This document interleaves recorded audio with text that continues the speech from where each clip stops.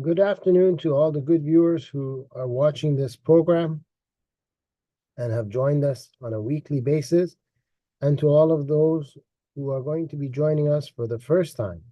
Don't want to not include you guys into our programs. So I will say good afternoon, good morning, good evening. No matter where you are on the planet, you will fall into one of these or late night. As usual, let me share the link live right now on the Telegram for all of those who want to watch it, joining us for the first time. And I can also take a look at it as well from my side, so that in case if there is any kind of problems, I can be aware of it and solve it for everybody. Today, we're going to be looking at this week's recap and see what is going on and what we can learn from what is going on. Allow me to share with you on the screen that which I have ready for you so that we can start and go forward.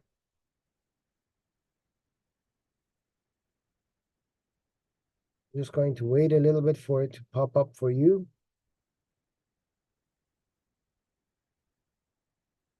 I know on the computer it's already come up, and in a few seconds we should also have it for those of you who view through your phones. You should be able to get it in a few seconds. If you hear noises in the background, that's my cat. She's playing around, so excuse her. All right, you have this now on your screen, and I have it in front of me. So without wasting any more time, let's start. We've already wasted 2 minutes into our normal greetings and waiting for screen sharing to show you what we have. We start off with foreign nations found at southern border of United States. This is throughout Mexico. You know, they're coming in from all the different borders. California, Arizona, New Mexico, Texas. You know, the usual routes. What this picture does not tell you, which I'm going to break into a more depth of knowledge, of understanding of what is going on. According to the Border Patrol officers of the United States, there are 57 countries that are the usual 57 that send people across the border. Now, you might be thinking 57 countries, but there isn't 57 countries in Central America and South America put together. Even if you add the Caribbean islands, you still don't come up with 57 countries, because most of the Caribbean islands, about half of them, belong as territories to England, France, United States, and so on. Like, for example, Puerto Rico, U.S. Virgin Islands, and so on and so on and so on and so on. So if you really count the actual countries, they don't come out to 57. So how did the rest of those people from those other countries show up to the borders of the United States at Mexico? If you look at the world map or a globe of this earth, you will see that between the continents, there are oceans. And none of these people swam their way to the United States, crossing oceans. So how do they come here? It's not like you can just go and buy a ticket in any country and put your head down and say, I'm going to go to Mexico. Doesn't work that way. You still need to have a passport. You still need to get a visa. You still have to go in line and wait at that embassy for that visa. You still have to fill out informations. You still have to show proof that you're coming there for a visit and that you're going back. You got to declare what you want to do when you come over there.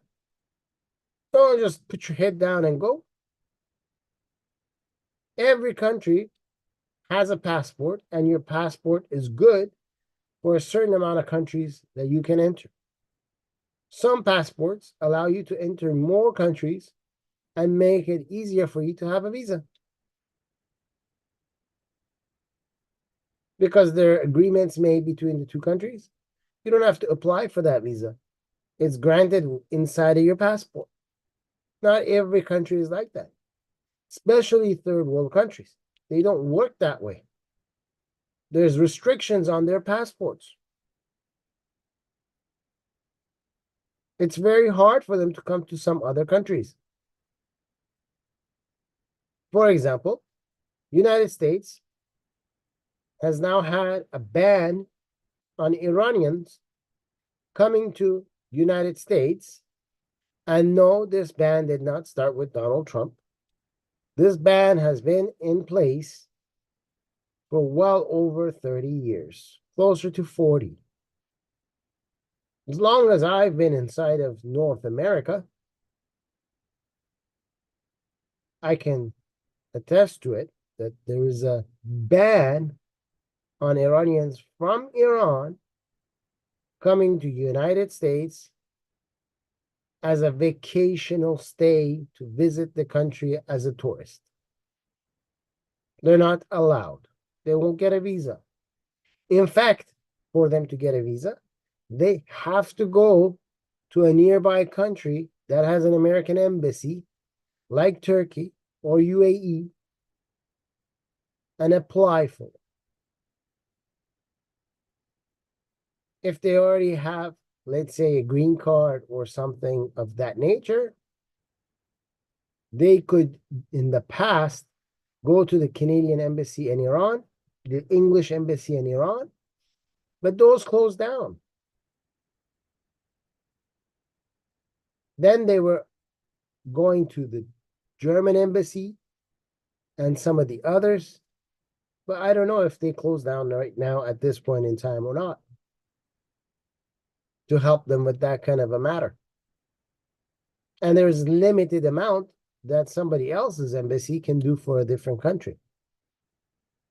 But granted, if you have a US green card, you could be recognized as a resident of the United States, which adds value to you, and some other embassies may have mercy on you and try to help you out. Now, for a simple Iranian who's just a citizen of Iran with an Iranian passport, that's extremely hard for that person to do. Plus, if we keep a blind eye and say, well, it's only United States, well, I know Mexico has the same ban on Iranians from Iran. They're not allowed to come to Mexico. So how do they get to Mexico? And if we keep a blind eye to both of that, well, when they return to Iran, they will be severely questioned. And if they can't get their hands on the person, Islamic Republic of Iran will get its hands on the family members of that person living in Iran. And they will be tortured and questioned. Why did this person go to Mexico? What are they planning on doing in Mexico? Are they the agent of Mexico? Are they a spy? Oh, so they are now against the Islamic Republic of Iran, and they're against Islam. And the list keeps going. They just keep adding. So who's going to come here from Iran? But the problem is bigger than that. Out of these 57 countries that are coming over the border from Mexico to United States, it happens that 54 of them are from Muslim countries.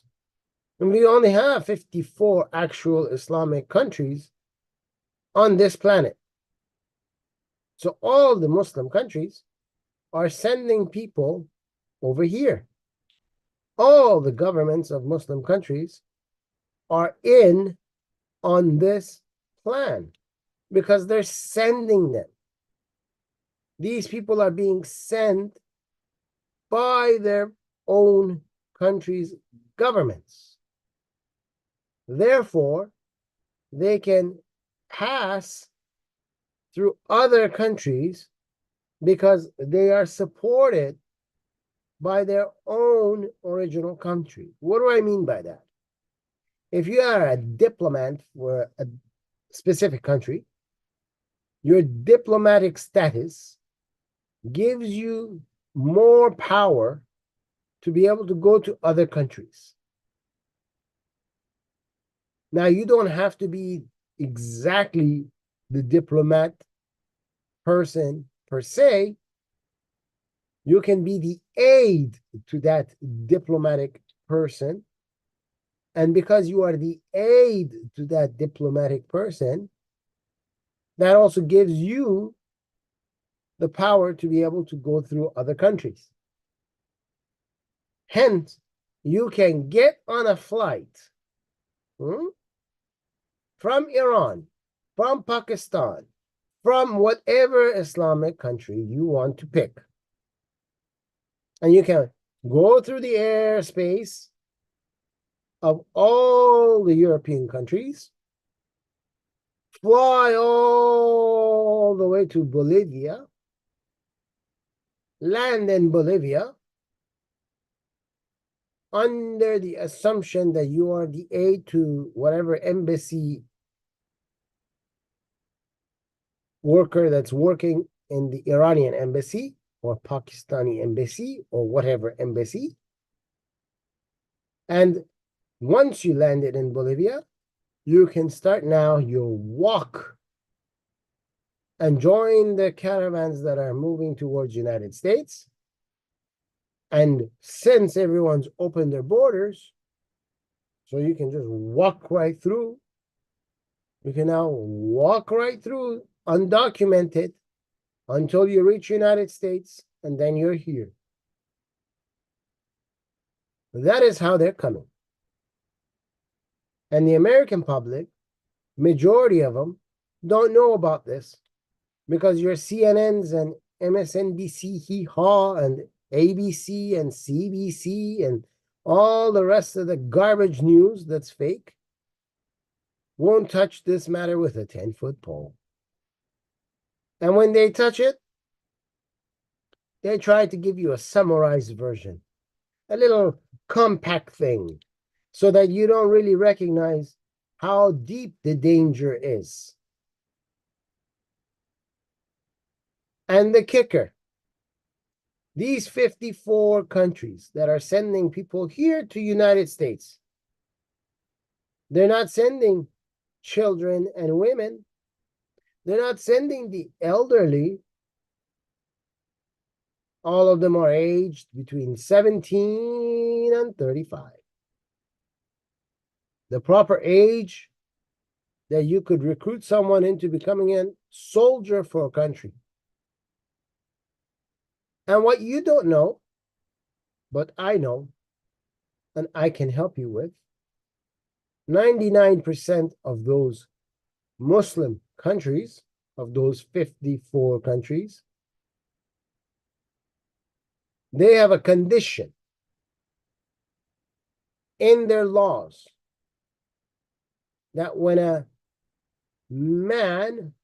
boy turns into a man and reaches the age of 18, that male has to go into the army. And most of them do their military service for 2 to 3 years, which means they've all been taught how to use a weapon. They all have learned how to be part of the military.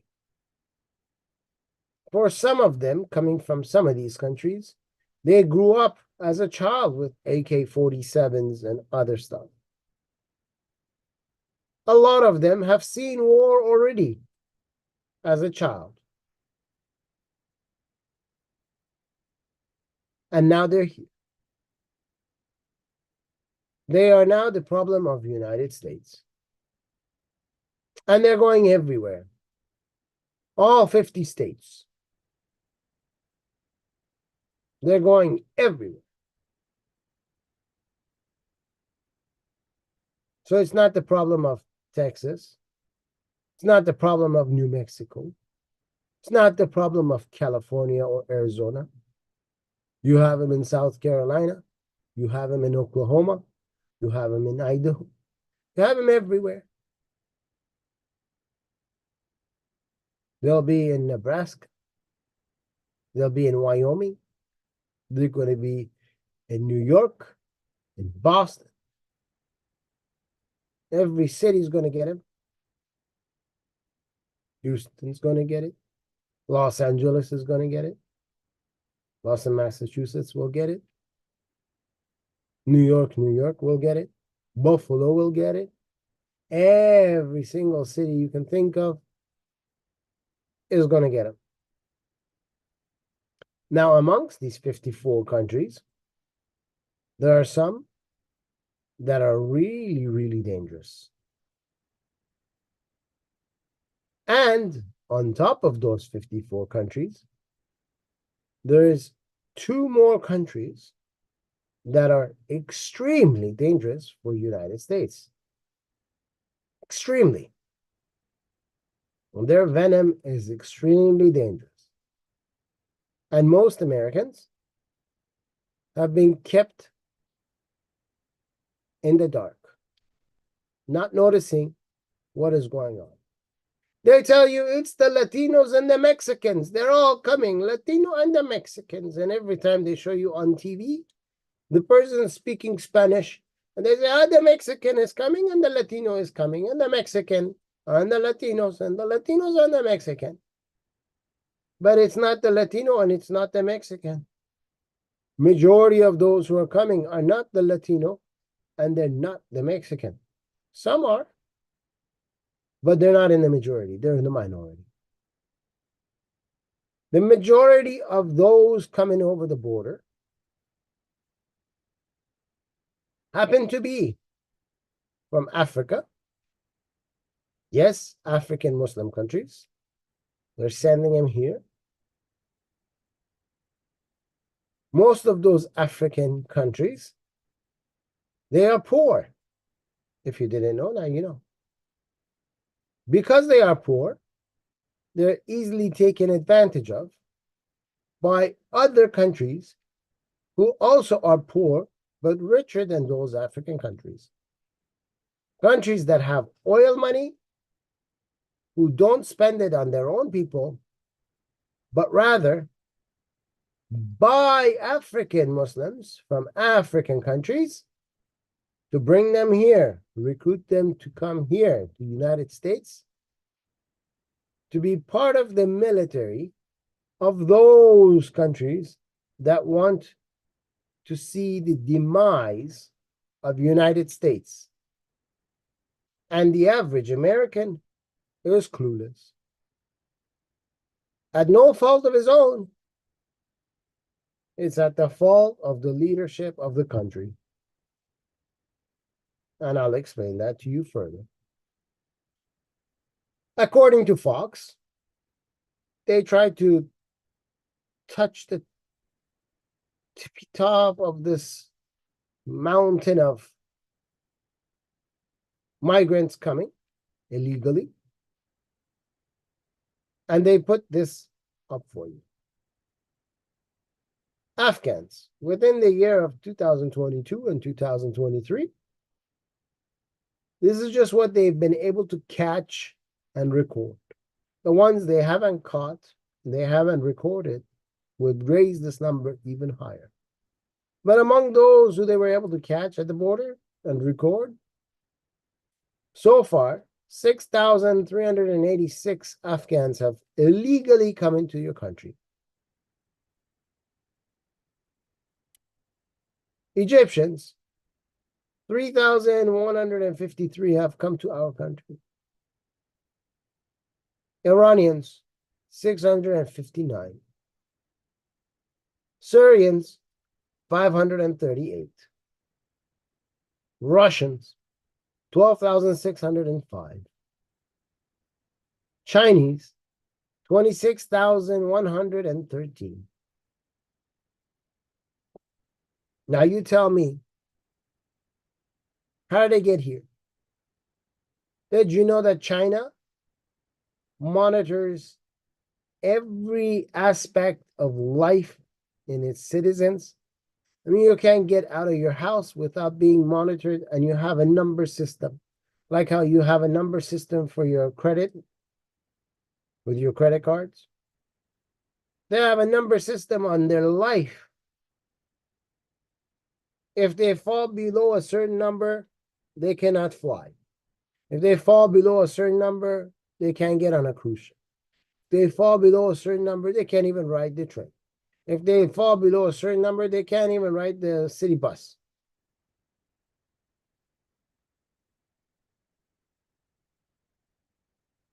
And that person, 26,000 of them, has come here. How?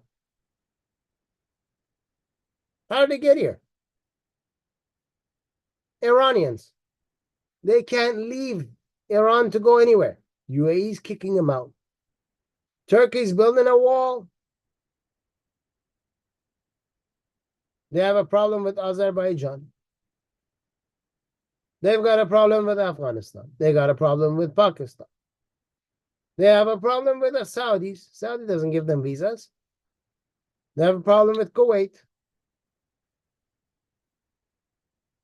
Of course, they have a problem with Iraq as well. You think the government of Iraq is giving Iranians visas? You get the visa only 2 times. When it's the month of Muharram and when it's the month of Safar. During those 2 months, the country of Iraq wants to make money. Yes, bring your money and go visit the dead graves of a few people that died 1,400 years ago, and give us your money. And the Islamic Republic of Iran will give the government of Iraq tons of money, medicine, oil, food, and even pay the people that live in Iraq to cook the food so that when visitors come can eat it. So everything's covered by Islamic Republic of Iran, and ching ching, bling bling bling, money goes in the hands of Iraq. For those 2 months, you're good. Come on over. The other 10 months of the year, don't come here. We don't need you. You're poor. You're not bringing money. You're not bringing the big billions that Islamic Republic of Iran is paying for us to entertain you while you're here. And when you're there is restrictions on you. You're not allowed to use a towel as an Iranian inside of Iraq. When you go and you go to your hotel room, you're not allowed to have a towel. You're not seen as a human being.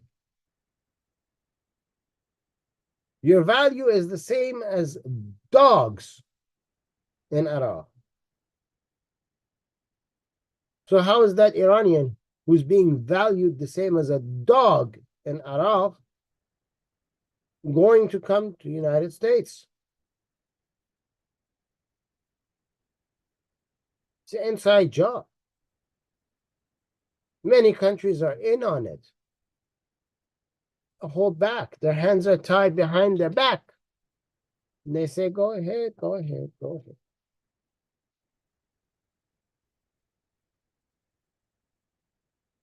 And these people, they came here illegally, not legally.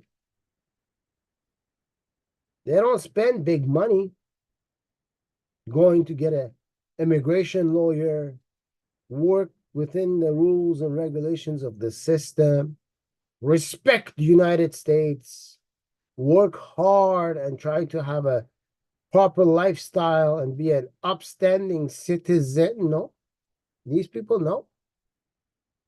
They trampled your values the minute they got to your country.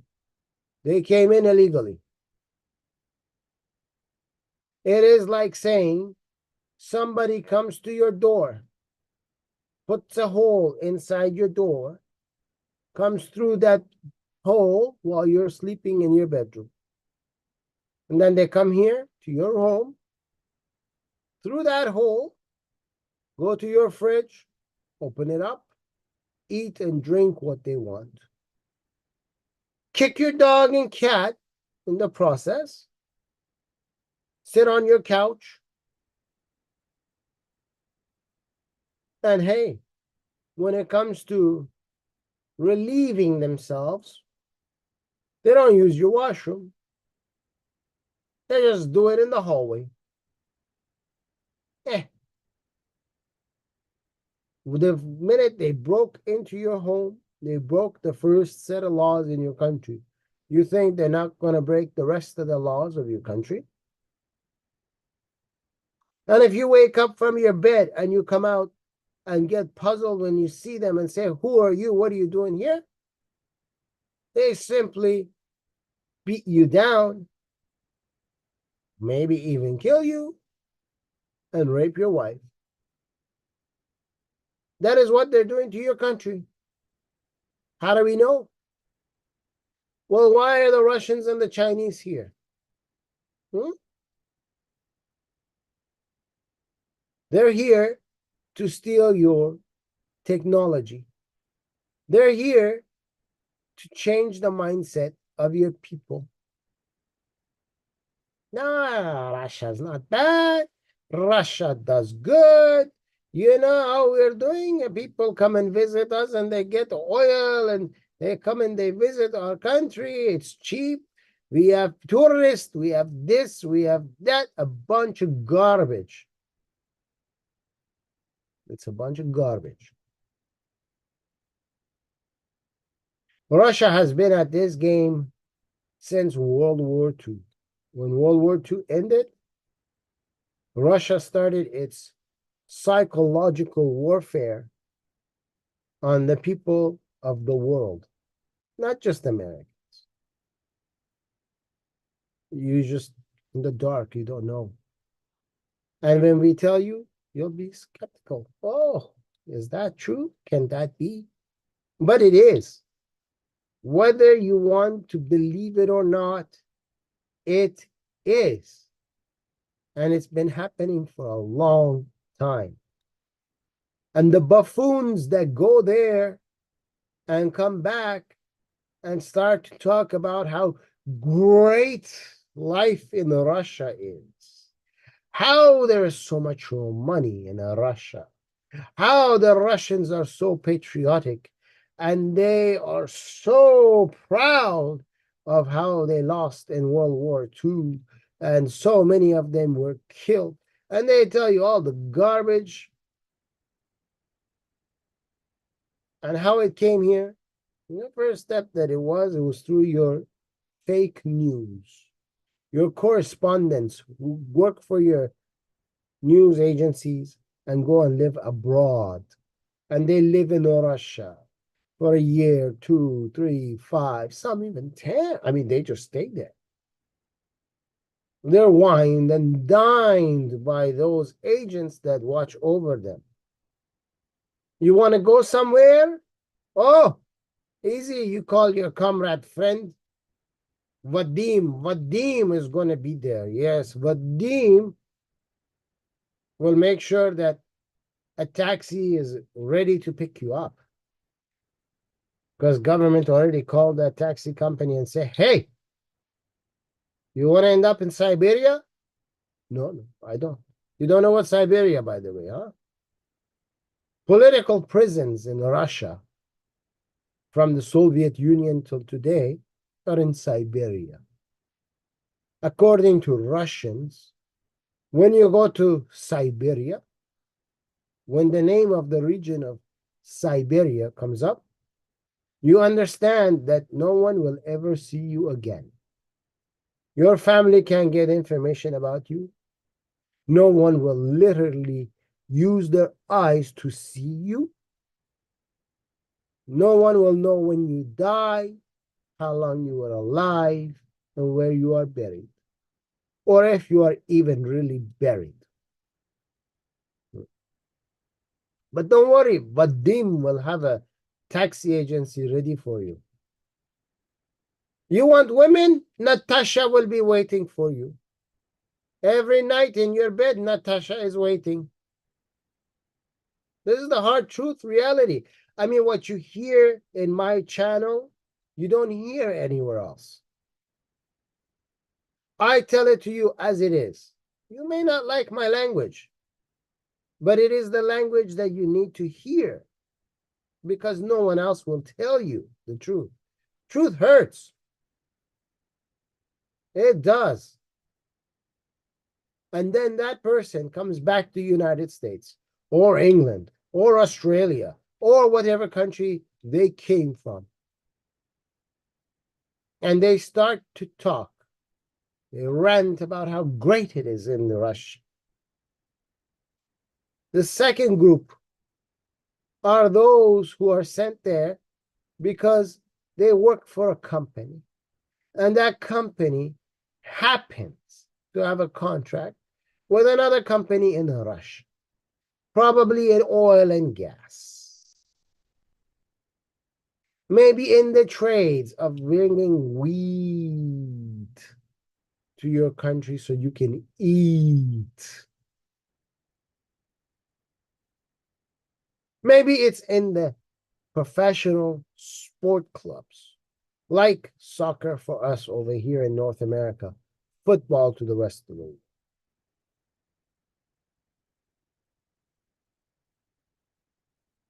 It could be that you're coming from a company that deals with weapons.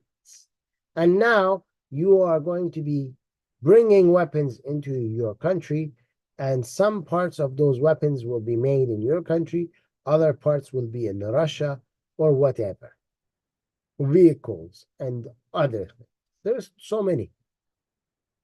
And they bring you over there. They wine and dine you. They make you feel so great.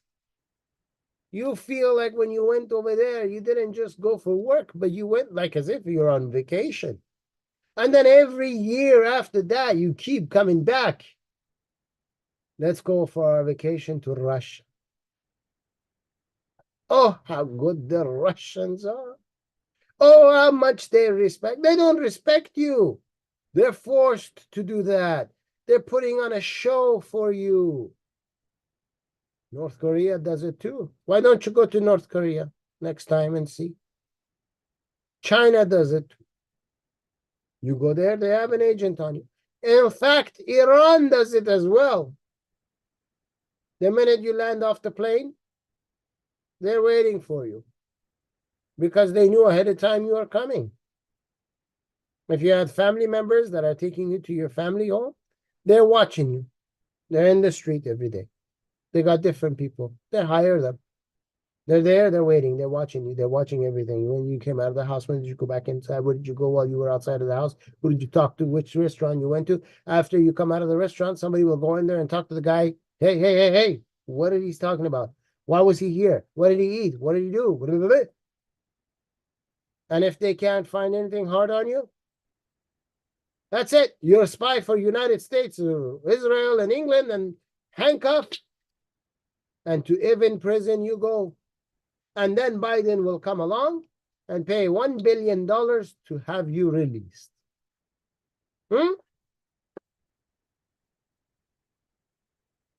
And if you're not going to your family's house, well then, they know that you're coming there. They know you have a friend. And before you arrived, your friend got a visit. Your friend got a visit. And when you arrive, your friend will introduce you to the one that visited him. And he will say, or she will say, this is Mr. So-and-so. And you know, this Mr. So-and-so, this guy, he has a travel agency. But his travel agency is only inside of Iran.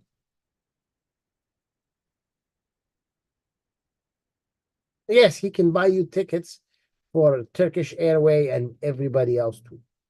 But he doesn't have any connections outside where he can put you in a hotel room. Okay? He buys you the ticket when you're going home. I mean, I can buy my own ticket. I can go online. He's not doing anything I can't do. They call him a travel agency.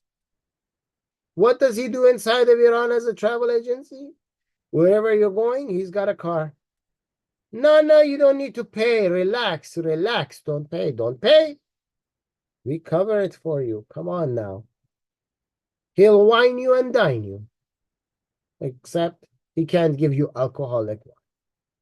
But he can give you non-alcoholic wine. After all, it's Islamic Republic of Iran. They monitor everywhere you go. In fact, they are going to suggest to you, hey, have you visited this place? Let's go to this place. And they take you to the home of someone from amongst the people that are in the government. And then they put on a great food for you there. Everything is ready. Oh. And they find out what you like. You like shopping? Oh, let's go to this city and go to the bazaar. Oh, you like a mosque? Oh, let me take you to this mosque and that mosque. Oh, you like to meet a certain guy? Okay, let me go and find him for you and let's have him meet you.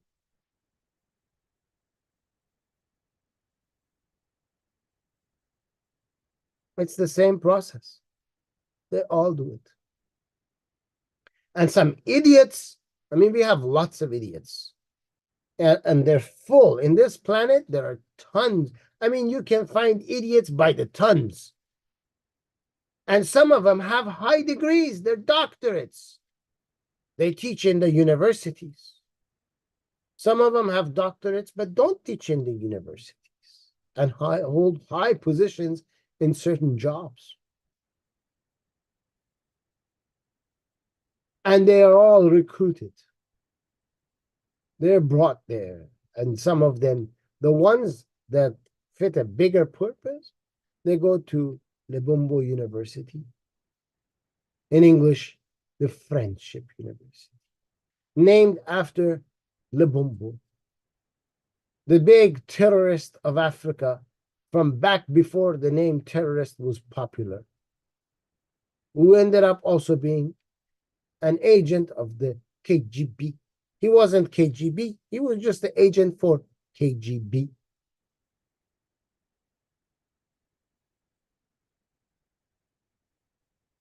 But this is the problem. Your news agency keeps you in the dark. They don't talk about it. They don't open your eyes to it. Rather, those doctorates, those professors now come and sit in your universities all across the planet, and they brainwash your kids. They teach them that the American lifestyle is shit. They teach them patriotism to United States and to Australia and to England and to France and to Germany and to whatever country they're from is garbage. They teach them the method of wanting to work hard and make something of yourself and live a lifestyle is bad.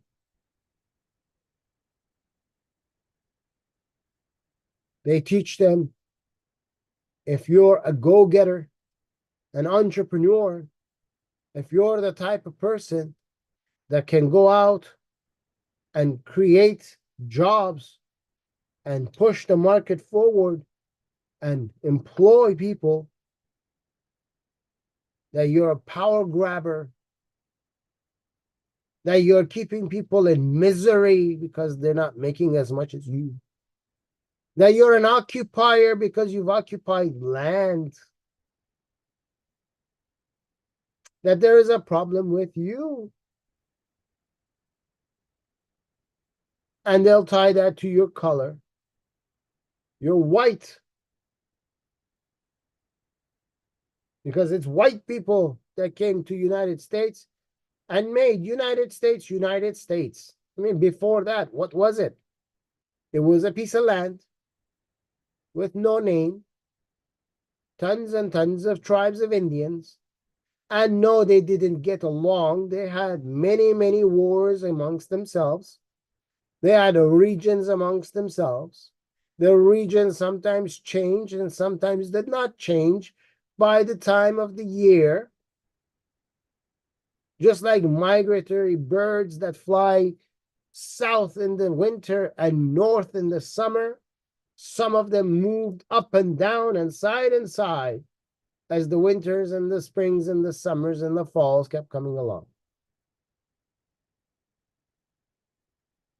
And some of them had their own little territory that they stayed. They continuously fought amongst themselves. Yet they teach you others. Most of you learned your history from Hollywood movies.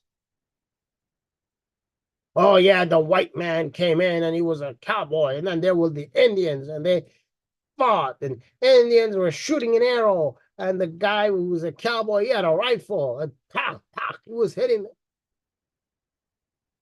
Bunch of BS.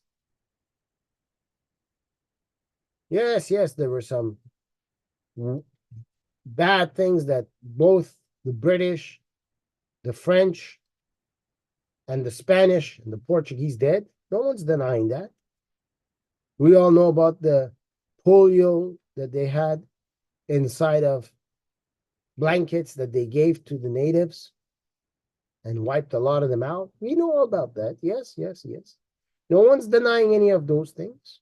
No one's saying that was a good thing that they did. It was totally bad. Yes. But that wasn't the American. And that wasn't the Canadian. That was the British. You got a problem, go after the British.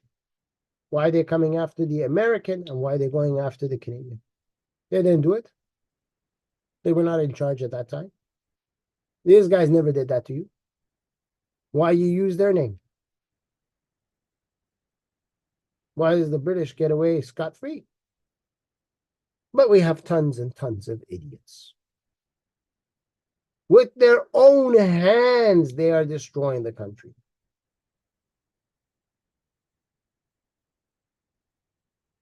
And what do they teach you? Communism is the great way to go.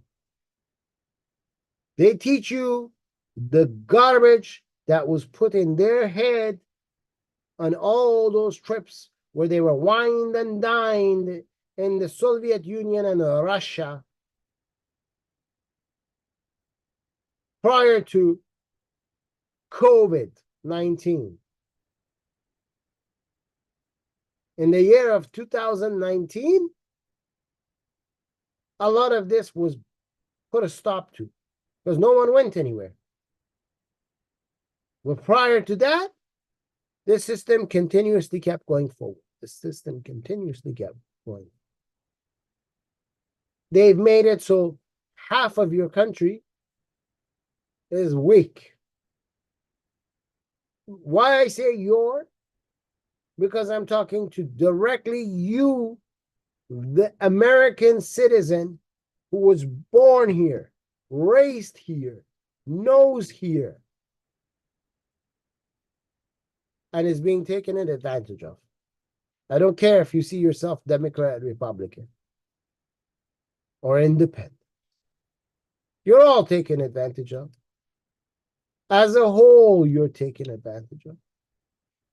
Of course, those who are Democrat, they worked harder on them. They were weaker. You, the Republican, mentally, you're a little stronger. They were a little weaker. Like when you go to school, not everyone becomes the number one in class. Some are stronger in certain subjects than others. Some are weaker. It's not a bad thing. It's reality. Some of you psychologically are stronger. It takes a higher dosage to brainwash you and break you down. While others, It's a lot easier to do that. And they've done it. China's now following the same. They're here to break you down. That covers Russia and China. Steal your military, build themselves up, break you down. Then we have the terrorist organizations, the Muslim countries. I know, I used to be a Muslim. I'm from Iran. Did you forget? If you don't know by now, I was born in Iran. I lived through the war of Iran and Iraq. Came to Canada after that, and still had to go through the war of Iran and Iraq from a different point of view. I was the bad guy now.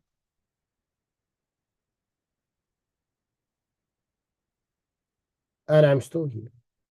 And I destroy Islam every single day. I crush it underneath my feet.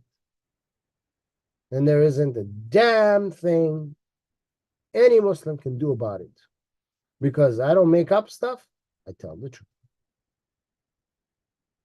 And all these countries that are being sent, they're all terrorists. They're just a ticking time bomb. You don't believe me?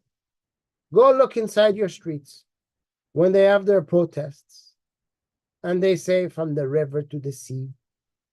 And all of you don't know what river, what sea. Especially the Democrats. I mean, if you tell them what sea, they'll tell you Atlantic Ocean. They don't even know what the difference is between ocean and a sea.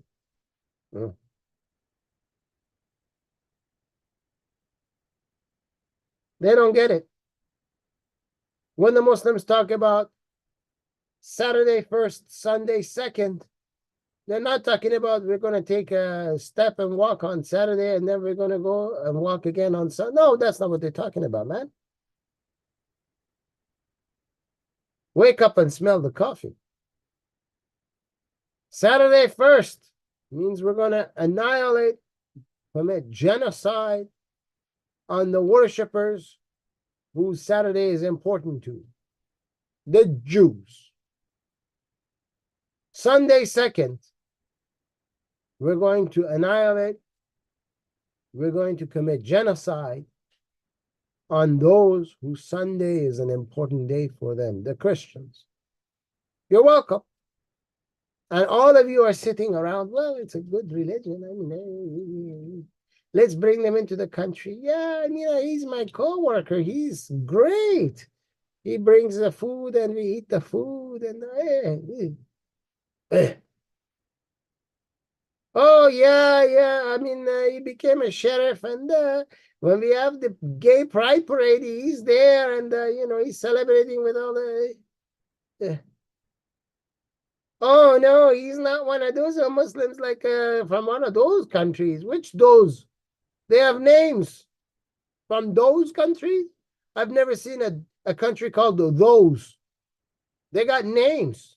These countries have names. Put the name in, not those. What do you mean those countries?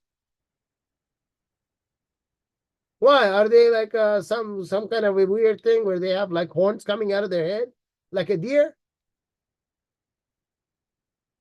Or are they like rhinoceroses and they have like a big... What do you mean by those countries? They have names. Saudi, Indonesia, Algeria, Sudan. I mean, there's names. Use the name. You put a YouTube channel and those countries. No, the Muslims in my city aren't like those countries. If you don't know what you're talking about, shut up. Don't go on YouTube and put a program and make a fool out of yourself. And then have a lot of people sit there who don't know anything and they think you know something and they want to learn from you.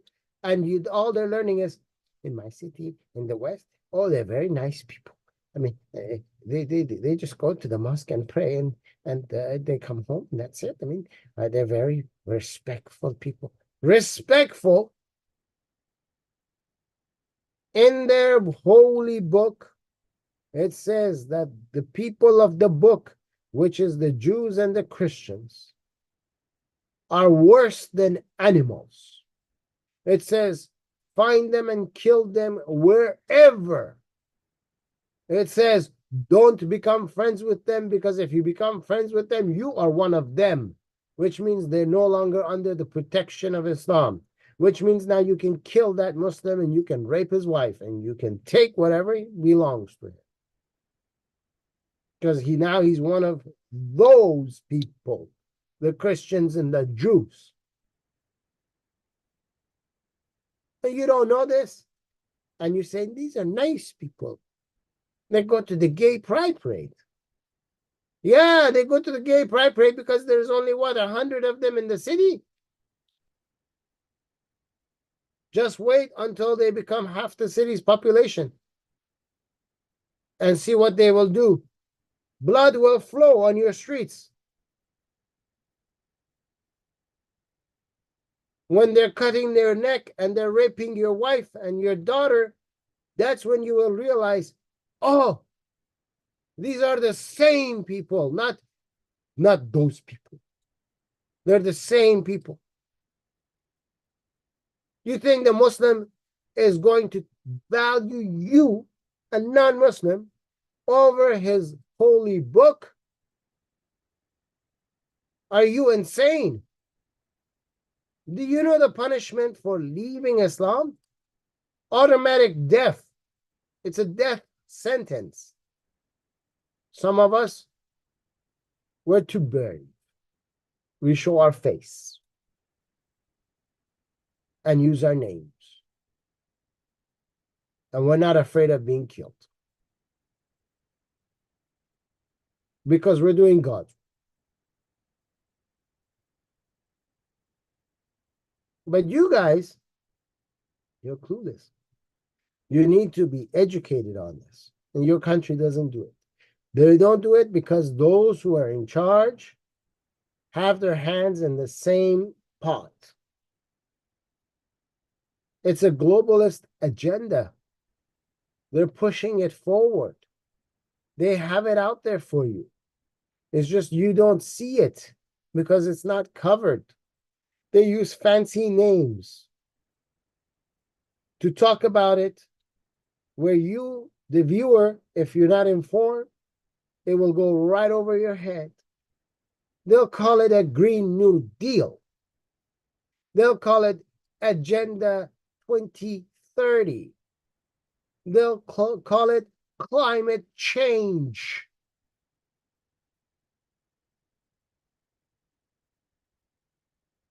And a whole lot of other names.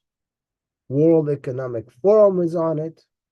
A lot of them are in on it.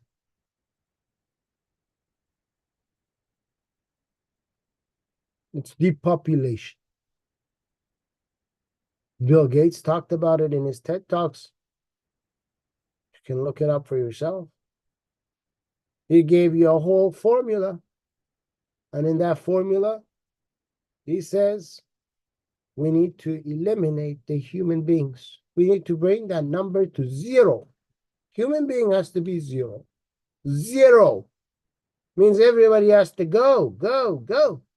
And in his TED Talks, he says, with modern medicine and the vaccines, we are now able to reduce the human population by 10 to 15%.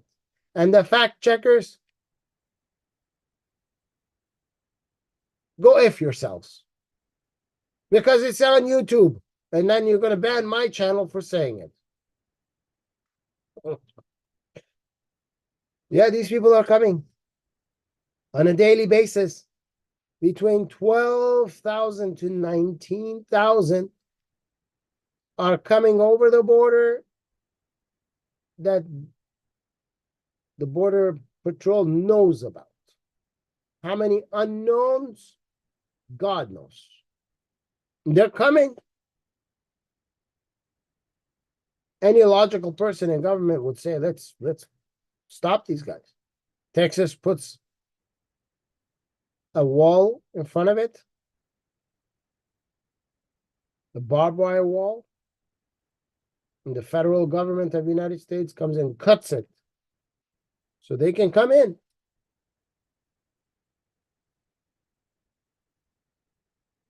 Let's go to the next one.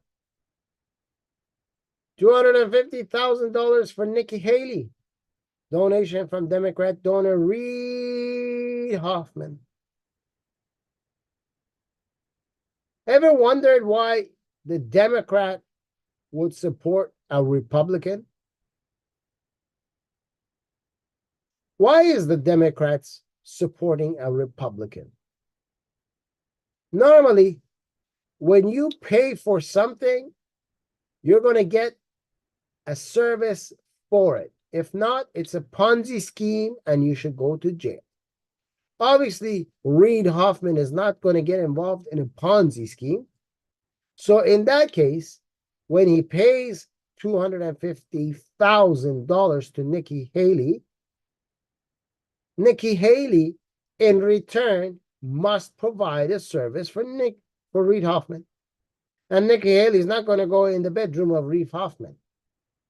That's not the type of service we're talking about.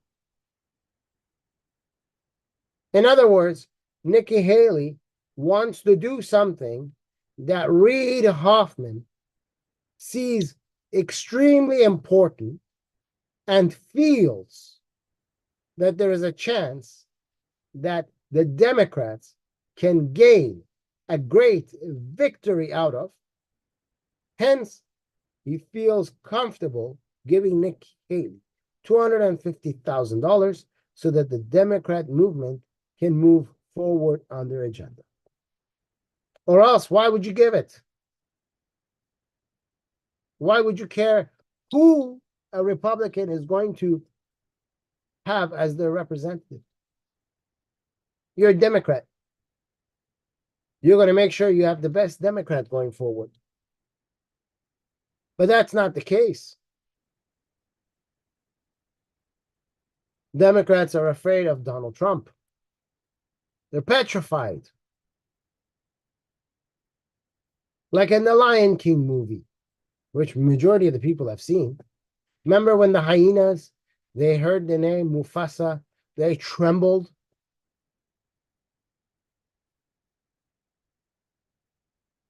Same way. Democrats hear Donald Trump. They know the show's over. And the Democrat people who vote for the Democrats, we're not talking about you. You're not the Democrats. You're idiots who fell into a psychological war and have lost and have become demoralized. And now you just vote for them because you no longer control yourself. You no longer have the ability to sit down and see the truth. If you're shown the truth, it makes no difference for you. If you're told, now you're paying more for gas, you say, so what? When you're told they're trying to take away your gas stoves, you say, so what?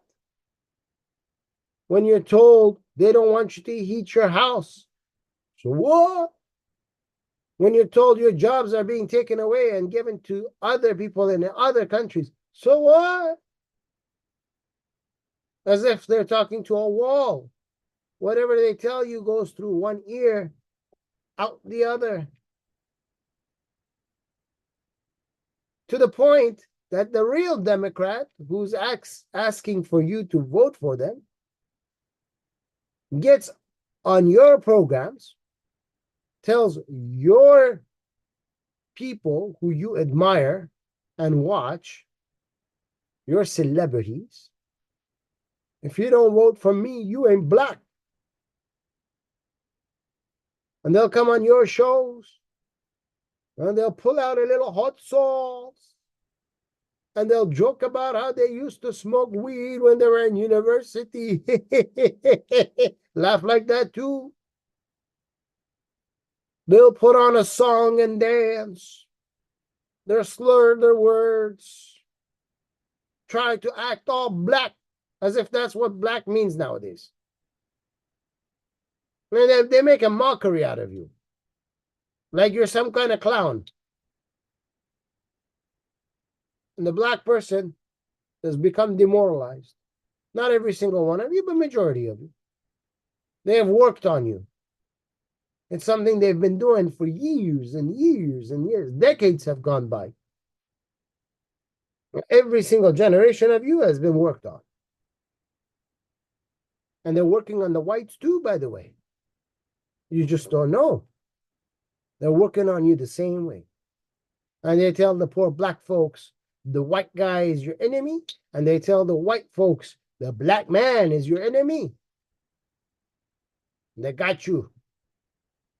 You see each other as your enemies. That's exactly where they want you. But you don't realize, because the information that they're feeding you doesn't tell you the truth. The information they're feeding you is there set up to demoralize you, to pull you down. And I'm going to show you. Who did Fox News get this from? The New York Times. What an evil company the New York Times is too. Fake news. Sometimes they'll throw something real like that, and behind it, 50 fake news headlines will come out. Again, we see on Fox and Friends. Fox and Friends. This picture I took, I made sure I take it exactly the way you see it. Okay? There's a reason why I made sure it looks exactly like this. They're covering the same thing. Mega donors. Democrat mega donor, you know, like the big man gives $250 to Nikki Haley. Here's the, on this side, this lady in the jacket, in the black jacket. That's the news agent that's on the grounds covering it. We have agents like that sit in Russia and China and all over the place. And those are the ones that get wined and dined, and they're told what to tell people. And then out of their mouth, you hear the propaganda of those communist countries. And that is step one of demoralizing your people, these idiots. And then you get these anchors, the anchors that sit inside, okay? Supposedly, they should all be looking at the monitor that shows this lady in the black,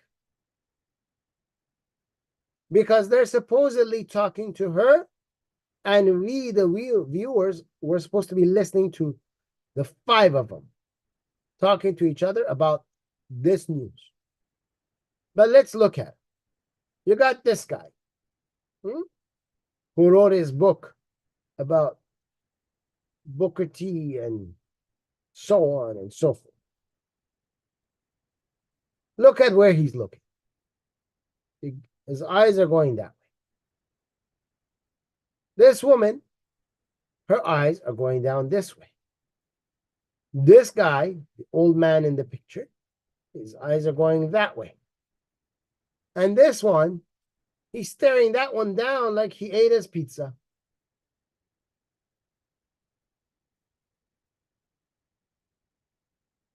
None of them are paying attention to her. Why? Because for all of them, the story, that's 5 minutes into my shift. After about 7.5 more hours, I'm done. I'm going home, and I'm getting paid millions of dollars. You know what I'm thinking of? I'm thinking of today when I go home. Before I get home, I'm going to go to the restaurant. I'm going to have me a real good wine, red wine, and I'm going to have a big steak in New York, because that's where they are. The other one's probably thinking, man, can't wait when I get home. I'm gonna go with my dogs, and I'm gonna go and do this and do that. And the other one is probably thinking, man, when I get off, I'm gonna go to the bar. I'm gonna drink the night. And the other one's going to probably think, man, when I get out, they all have stupid thoughts in their heads. None of them care about the news they're giving you. Oh, yeah, we're here just to pass some time. Oh, yeah, who cares? Who cares, Nikki Haley, the Republican got 250,000 from a Democrat? I mean, that happens every day. Who cares? And then this one over here, the guy who wrote the book about Booker T, this one right here, he's going to pretend to be a Trump supporter. Pretend, okay? Pretend to be a Trump supporter. But the whole entire time, he's always trying to tell you or try to look for a loophole how Trump can lose. I mean, he'll say stuff like, Trump supporters, they take it personally. I mean, how can you take out number one and then take over Trump and not hurt his supporters and try to get him on your side? Well, if you're a Trump supporter, you wouldn't be saying shit like that. If you're a Trump supporter, you would be saying sentences such as, Trump is in the lead right now, and his supporters are not falling for the stories that are coming out of the mouth of the others. They couldn't care less about who else is in the race. They're firmly behind their representative, Donald J. Trump. You wouldn't be looking for, how do you take him down and take his fans and his voters? Fans? Oh, I didn't know that Donald Trump was Tom Cruise. Fans? Don't insult the people that are voting. People know why they're voting. Some of them, they haven't fallen. Their brain is still there. They didn't get affected by your demoralization. And the rest of them are no much better. The rest of them are even more garbage. Biggest garbage amongst them is the old man right here. He's been at it the longest. He's been feeding you that garbage longer than the rest. And then we come to the evening program, Laura Ingraham, with the Ingraham Report. And people say, oh man, she's been there forever. She's so great. She's a great piece of garbage. Let's look at it. It's not me. I'm going to show you from this picture. I'm going to show you what you missed. Democrat mega donor Reid Hoffman gave $250,000 to top Nikki Haley super PAC. And then underneath, look. People are done with donors dictating the agenda. And she took so much time to bash Nikki Haley. Oh, yeah, she's done for. She's working with the Democrats, blah, blah, blah. And you will say, Dr. Mossavat, she sounds like she's saying what you're saying. Not too fast, not too fast. Look, her guest is going to be Vivek Ramaswamy. Moments away. I mean, she can't stop. She has her head up his ass. Whatever comes out of Vivek Ramaswamy, she goes, oh, that's the best thing I've ever heard. Oh, it's so delicious. Oh. Vivek always on her program. Every week, Vivek is there. I mean, Vivek just, the only thing he's missing is if he just brings a bed and some blankets and throws it down in front of her and goes to sleep on the program. You know, the only thing he's missing is this. Just move in. What else is left? Move in. So Nikki Haley, the Indian, is bad, from India, by the way. She's not native Indian. Nikki Haley is bad. Why? Because she collected $250,000 from mega donor Reid Hoffman. This fact's right here in the blue. But Vivek Ramaswamy, who became a millionaire, lied that he was poor, and got paid from George Soros Foundation, Open Society. And then when he was caught in the act later on, he said it wasn't George Soros, it was George Soros' brother. And then the lie came out that no, it was actually George Soros. And that money that he got from George Soros financed him to go and study law, and then financed him and go and study in medicine so that he can continue what he's doing until today. And he's a representative of the Open Society because he got money from them. And you don't just go and get money from Open Society. It's not like you go out into the jungle and just take off any leaf you want. No. They pick you. You apply, and they pick you. And when they pick you and they give you money, it's not like the money is free. No, you have to do certain things for them. You have to follow the line. You have to say what they want. Later on in your life, they're going to come a knocking. And they're going to tell you, it's time to pay the piper. Now you got to do our bidding. So what is Nikki Haley doing here with Laura Ingraham? Nikki Haley, people didn't buy the breakfast with friends, Fox and Friends in the morning. People didn't buy it.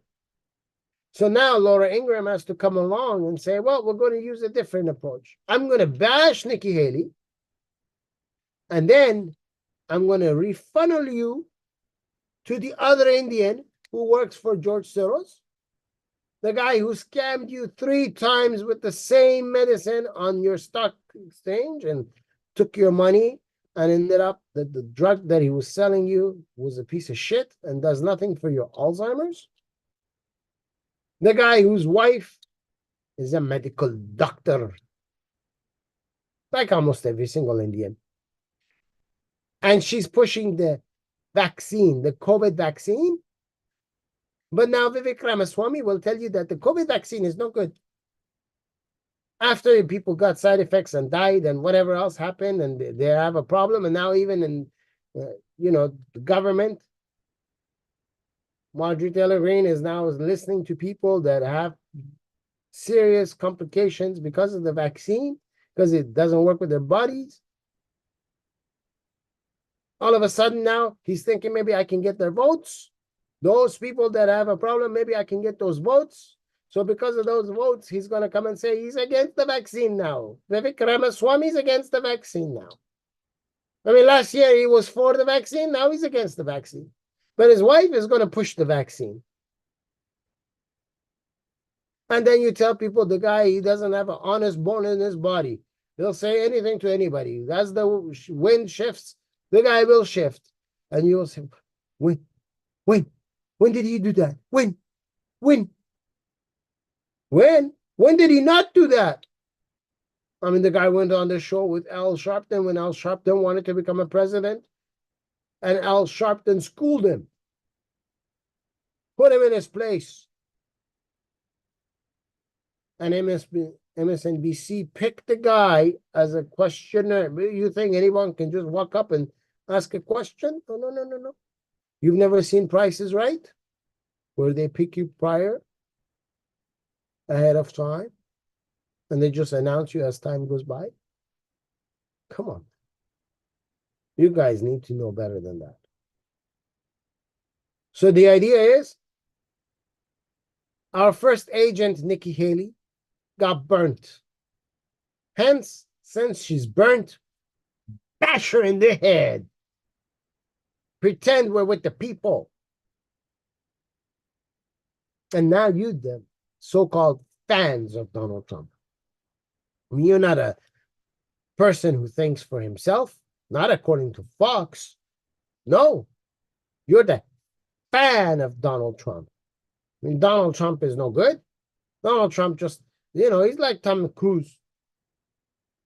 Huh? Jennifer Aniston. Huh? Angelina Jolie. Huh? Brad Pitt. He's one of them, right? He's an actor, and you're his fan. And now they want you, the fan, to not be his fan. So now we'll bash Nikki Haley, and we pull you, the fan, to become a Vivek fan. And Vivek, he'll come and say, name me 3 provinces. Name me 3 provinces. No one gives a shit about 3 provinces. Hey, Vivek, the war is not about 3 provinces. You're lost. The war is over stem cells that people go to in Ukraine. The war is over nuclear facilities in Ukraine. The war is about 25% of the world's wheat that is grown in Ukraine. And if you control that, you can bring hunger to anybody who's against you. The war is about the water space and the waters around Ukraine. The war is about the biological warfare that has been grown for the last 40, 50 years in Ukraine. And whoever can control that can attack the whole world with any virus they let loose. And then they will say it's an accident, like Ebola in Africa. Like COVID-19 was an accident. Happened in China. SARS was an accident. It happened in China. N1H1 was an accident. And then China. Any accidents can happen. I mean, it's accidents. Can you blame them for an accident? The research is done there. You can move it to any country and, oh, we got an accident. We got an accident in Congo. Oh, oh. We got an accident in Jamaica. Oh, oh. Who's going to come and tell them, well, because of your accident, we're going to do this and we're going to... No, no one's going to say nothing. It's an accident.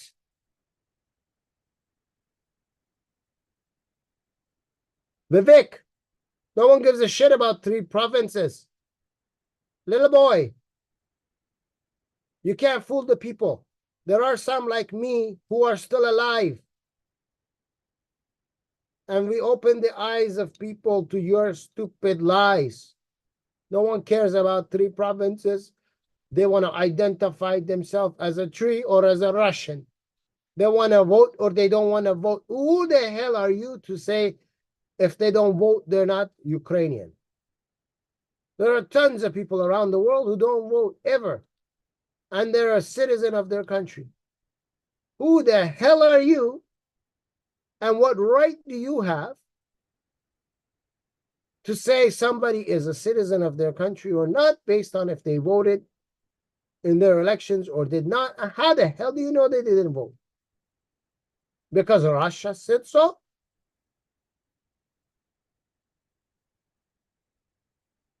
Interesting.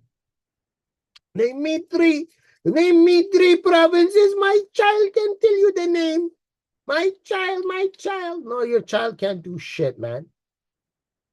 Don't pull your child into something your child is not involved in. It's a little kid. Leave him alone. But they do that. Who else pulls the child? Those who are coming over the border. They drug the child. So when Border Patrol can talk to them, the child is out of it, can't answer a word. And then they look at the guy, and the guy is black, and the child is white. Hey, this is my child. Really? How did it become so white? I mean, it's going to take several generations. I can see a black man with a white woman. Child comes out a little less darker than the first black man. Then that same black child now goes with another white woman. Becomes a little less in color. After maybe 3, 4 generations, yes, you got a white child now. I mean, the color of his skin. Don't look under the pants because certain parts will still be darker. It's not going to happen where boy is 30 years old and his child a 4-year-old is white. Like he's been generationally white. His parents, grandparents, great-grandparents, and so everybody was white. Or you find another guy. The guy is like Indian, from India, and his child looks like he just came out of China.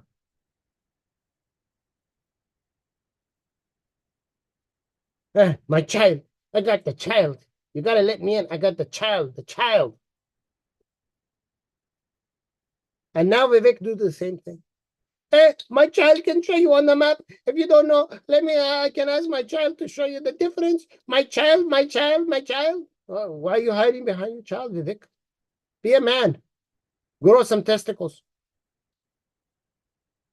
I know yours are like the little tiny because you hide behind everybody else. Whoever tells you something, you're going to do it.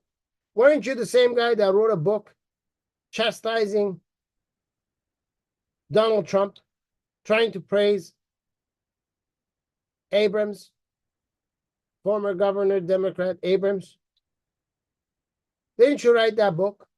And then you turn around and you want to run as a Republican. I mean, literally, you wrote the book. The book hasn't even dried yet. You were bashing Trump. In your book, you're saying how Trump is a crybaby for saying that his election was stolen in 2020. And then you come and you go on live TV in a debate and say, let me tell you, I can tell you the truth.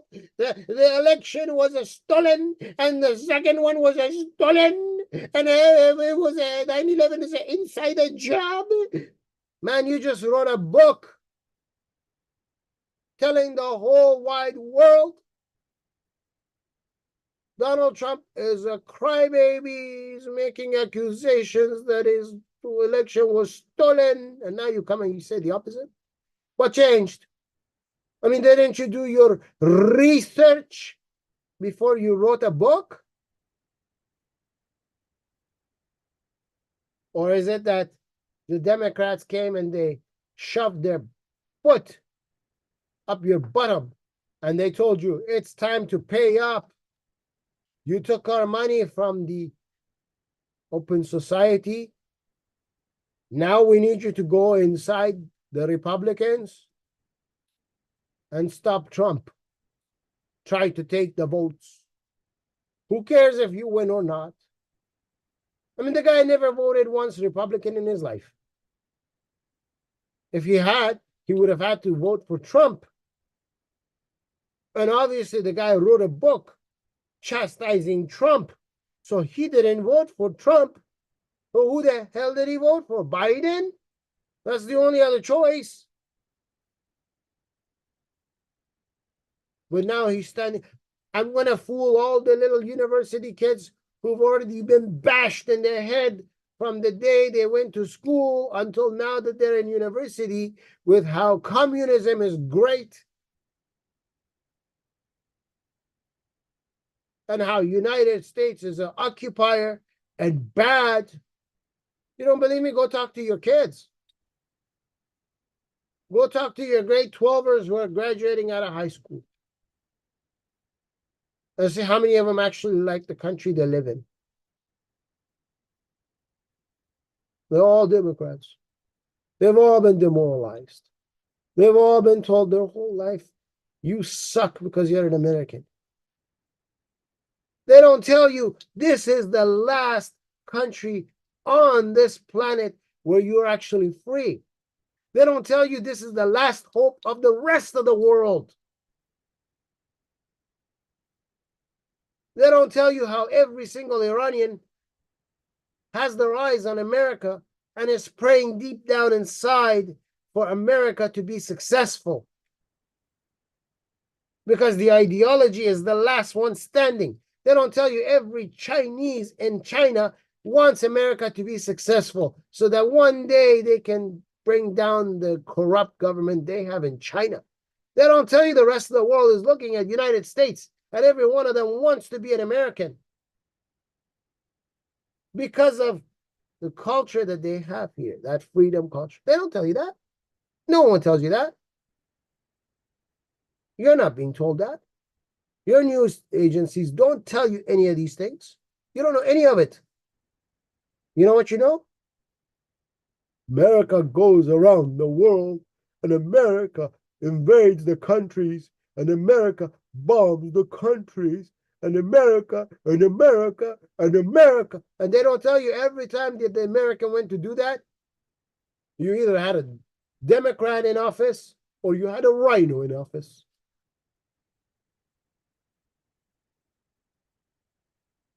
George W. Bush. And the Obamas. I mean, every time the Obamas go and visit George W. Bush, he has to give Obama's wife a chocolate because he used to give it to Obama when he was a baby. Huh? The Democrats are going into the House of a Republican, and then it ends up both of them become presidents of your country. Huh? What a coincidence, don't you think? I mean, it was great, wasn't it?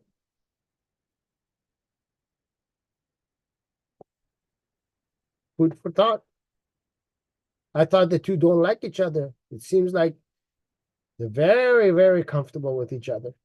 Nancy Pelosi and your current governor of California.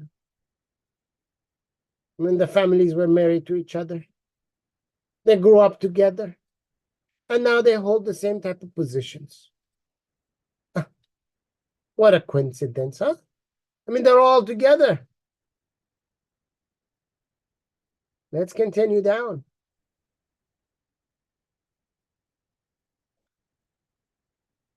December 27th, national voting. You know, they went around and they asked people, they call people, they ask people who you're voting for. They want to know your input. National polling for the voting. Trump, 61%. DeSantis, 13.5%. Haley, 10%. I mean, you can add Vivek down here with his, what, 3%? And then you can put Krispy Kremes down below him. You know, the guy that, he looks like an overgrown pig that's about to have a heart attack. In a presidential debate, everyone's standing, and the guy's over the podium like this. Literally, his face is like this, and he's leaning on the podium the whole entire, like he's going to fall down. He's Humpty Dumpty about to be falling down, and then you need to call everyone to come and put him back into one hole again. Mr. Krispy Kremes. The only reason he's there is to bash Donald Trump. I mean, bash. What does he want to do for the country? Nobody. Add all of them together, they still can't catch. What are they doing? I mean, if any of them was thinking about United States as a country, and they wanted to provide a service, because being a president here means you're going to serve your country. The highest position of service in your country is the president. If any of them was thinking of America as a whole, they will say, man, I cannot catch Trump. It's time to pull out. Stop messing with the people. If they were thinking of just for the Republicans, same thing. It's time to stop messing with the public. Let the people vote for Trump. They've already made the deal. As a matter of fact, they would say, you know what? We're going to call up Trump. We're going to tell him, you know what? We're sorry.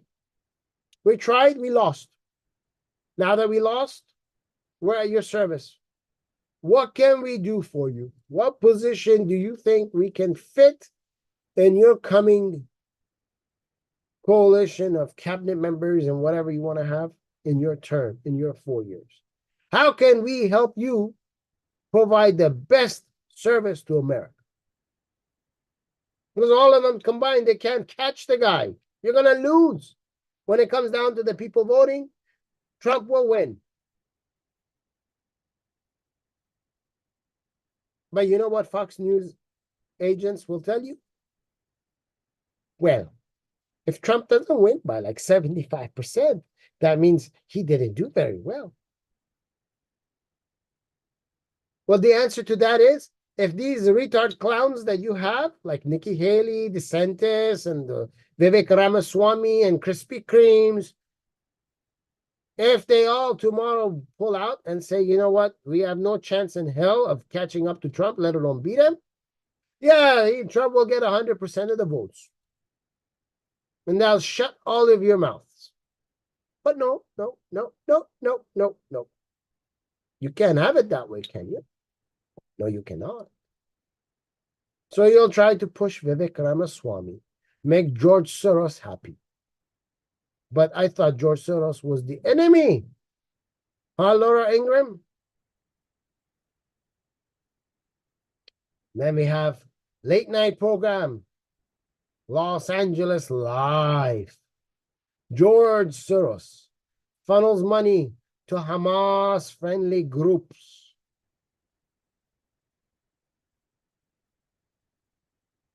You know what Hamas is? Hamas is a terrorist group. When George Soros funnels money to a terrorist group, he's aiding and abetting terrorists. That means he is also a terrorist. And his Open Society is a terrorist organization. And Vivek Ramaswamy graduated from that same Open Society. That means he's also your terrorist right here in this land. What's the difference between George Soros funneling money to Hamas and funneling money to Vivek Ramaswamy? You tell me. And then you have the following companies. Tides. Look how great this sentence is. And then I'm going to demolish this sentence for you. They'll be lucky if there's even like bones left in it for you, okay? Partnering with doers and donors to advance social justice. Now, let me explain to you what these words actually mean. They don't mean what they say they mean. Partnering. We are allied with doers, those that take action, and donors, those who provide the money. To advance actually means advance. Social justice. To bring destruction to United States of America, England, Japan, Germany, France, all those European countries who are first world nations, Israel, because they are all occupiers. And it's time to bring all occupiers to their knees and make them submit to those who follow communist agenda. That is what social justice truly means for them. That is why you see at the bottom here, Watchdog Group uncovers anti-Israeli protest funds. The funds that go to anti-Israeli protests. Where are these protests? In the United States. At your schools. Even for little kids. They don't stop. They want to bring it. I mean, what is the protest over here in Chicago, New York, and Houston, and everywhere else going to do to the war going on down there in Israel and Palestine? I mean, there's the American down there. Does he have his gun out shooting?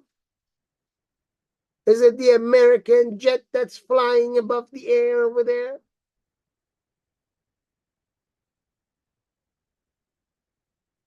Or is this chaos and destruction in American cities, putting the life of Americans in jeopardy, demoralizing you, attacking your Christmas tree lighting ceremony and your menorah ceremonies? I thought people over here were free to worship who they wanted to worship, what they wanted to worship, how they wanted to worship, and when they wanted to worship. It sounds like Sharia law is right here in the United States and telling you only the Muslims can go to the mosque, and anybody else who wants to do anything, you shut it down. That's why your governor in California decided to do a Zoom lighting of the tree. Gavin Newsom is so scared, shaking in his boots, because a bunch of Muslims said, if you do this live, we're going to come down there and dismantle the whole thing. Now, who paid for it? George Soros. How did he pay for it? Through Tides, who wants to bring social justice. And he's got the doers, those Muslims. And he's got the donor, George Soros. And he's going to advance that social justice on you, the American. Because it's been going on for a long time. Every 15 years, they worked on a new generation of yours. How many years has gone by since the end of World War II till now? How many generations of yours have they worked on? And how many of those generations have grown up and are now newscasters and professors and hold city position jobs and state jobs and federal jobs and hold different positions in banks and hospitals and other places? And when something is said from who they believe and follow, they all, like sheeps, going to the same mode of passing that along and enforcing it. And how many of them became teachers and are now teaching your kids? And you were kept clueless of it. You can't be in the know, because if you're in the know, you will do something. They want you to know about it when it's too damn late to do anything about it. But there is a hope. There is a way to get out of it. And I'll tell you that after. George Soros, the guy that looks like a lizard. Open Society Foundation, where Vivek Ramaswamy came out. You go on the YouTube now, all those people who used to praise Trump and live Trump, breathe Trump, pray Trump, worship Trump, Trump, Trump, Trump. All the way to 2020, Trump, Trump, Trump. Everything was Trump, Trump, Trump. On YouTube, every single one of them now is kissing the bottom of the shoes of Vivek Ramaswamy. Vivek Ramaswamy did it. Vivek Ramaswamy did it. Vivek Ramaswamy. Like a bunch of clowns. None of them have the foresight to look at what's going on. And they do a little 5, 10 minute, 15-minute interview with Vivek Ramaswamy and throw him some softball, you know, just ask a question and let him say whatever. And don't follow it up. Don't follow it up. Just don't. And if somebody does want to follow it up, Vivek Ramaswamy wastes 15 minutes before the set scheduled time, runs the clock down, runs it. Then when he gets on before they go on air, tells the guy, listen, man, I only got like 10 minutes left. Okay? So in that 10 minutes, if you ask a question, Vivek Ramaswamy going to give you a 25-minute time answer. And he'll say, well, I only had 10 minutes. I still got to run. So he doesn't want to answer it. And if you try to ask a rebuttal, hey, we don't have time now. And then Vivek Ramaswamy will come and say, see, the ones that wanted to ask me a hardball question, I even go on their channel. Bullshit. You don't go on their channel. You dodge them. You put on a show, a song and dance. All you're missing is a cane and a hat. Watchdog groups uncover anti-Israeli protest fund Open Society. And Vivek Ramaswamy will go and talk for the Jewish American Society. Israel has all the rights. Israel has to be supported. But I'm not going to support them like military-wise. No, I mean, just words and United Nations. What United Nations? The United Nations that can't even say that the Hamas raped innocent babies and women and cut their breasts off while they're alive and drove over it and watched them die with blood squirting out. I mean, they can't even come and say this is bad. Forget bad. They can't even use the word that the Muslims use in their books. This is an ugly act. Ugly. You can't even call it that. Because there's money, man. Who's the chair of human rights in UN right now? Islamic Republic of Iran. And then Vivek Ramaswamy wants to go to that UN that has Islamic Republic of Iran as its chair.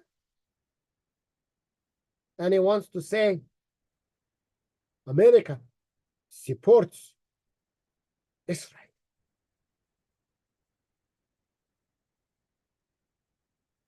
But he came out of Open Society Foundation. The same Open Society Foundation that's paying Muslims to go out and riot in your cities and yell, gas the Jews, gas the Jews.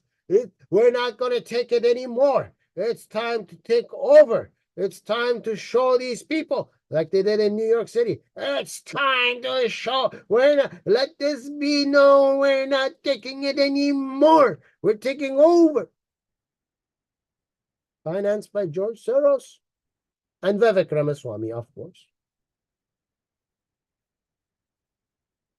George Soros puts money into Capital Research Center, America's investigative think tank. Yeah, George Soros does the thinking for you. And Capital Research does the tank job. Tank as in like the tank in the military, not thank. I know how to say thank you. You can read it up here. TANK.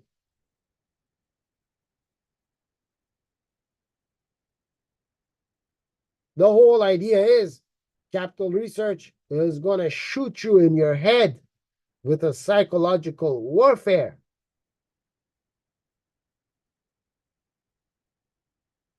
Do the bidding of George Soros. He's going to be the guy who's going to use you like a button. You're his robot. He'll press the button and you do the deed. And you won't know because Capital Research is there. There are two more that are very famous. Their both name is CARE. Spelt differently, but they're both CARE. One is the CARE that supposedly donates money and food and so on to so-called poor Americans, and then you find out most of it is going to poor people outside of United States. And they boast about whatever amount you pay, 4 times that will go to the poor. And you will ask them, how is it that if I pay $1, you're going to pay $4 to the poor? Well, you see, when we do the conversion, your $1 is worth more than $1, so we can give 4 to the poor. Really? Tell the truth. I mean, when you go to any of these other countries, Mexico, Jamaica, and even worse countries like the Middle Easterns, Palestine, for example, Pakistan, for example. That $1 is worth a lot more than 4 of their money. That Pakistani rupee, 4 rupees does not equal $1. So majority of that money, you pocket it. I wonder where that pocketed money goes. It's money laundered so that Hamas can build tunnels and store Iranian rockets so they can shoot it at Israel. I know Susan Wachkiki gonna probably take this program out. So Susan Wachkiki, like usual, go fuck yourself. George Soros. And then there's the other CARE, Council of Islamic. And here in America and Relations. Council of Islamic American Relations is everywhere in the United States. Money laundering for all these different groups. ISIS, Hamas, Islamic State, Islamic this and Islamic that and Islamic this.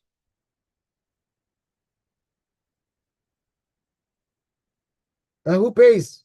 You. I mean, none of your members of government, your officials that have been elected by you, the Americans, has ever put a stop to this. They know about it. CIA knows about it. They investigate them very well. But no one touches them. And then to fool you, Center for Constitutional Rights. Oh, George Soros will pay. Look at this. All the names of these people, okay? All of them are Arab names, right? Every single one of them. Arab names. Defense for Children International. Maybe if I speak like this with the accent, you guys will enjoy it more and listen, you know, because if I talk like an American, Canadian, he's just some guy. Omar over here and Abu Rukabe and Ahmad and Muhammad and all these idiots, they're suing who? Plaintiff Joseph or Biden, Blink, Lloyd James, Austin III. Watchdog group uncovers anti-Israeli protest. Who's covering the funds for all these Muslims who are suing your president? George Soros. Well, why would he do that?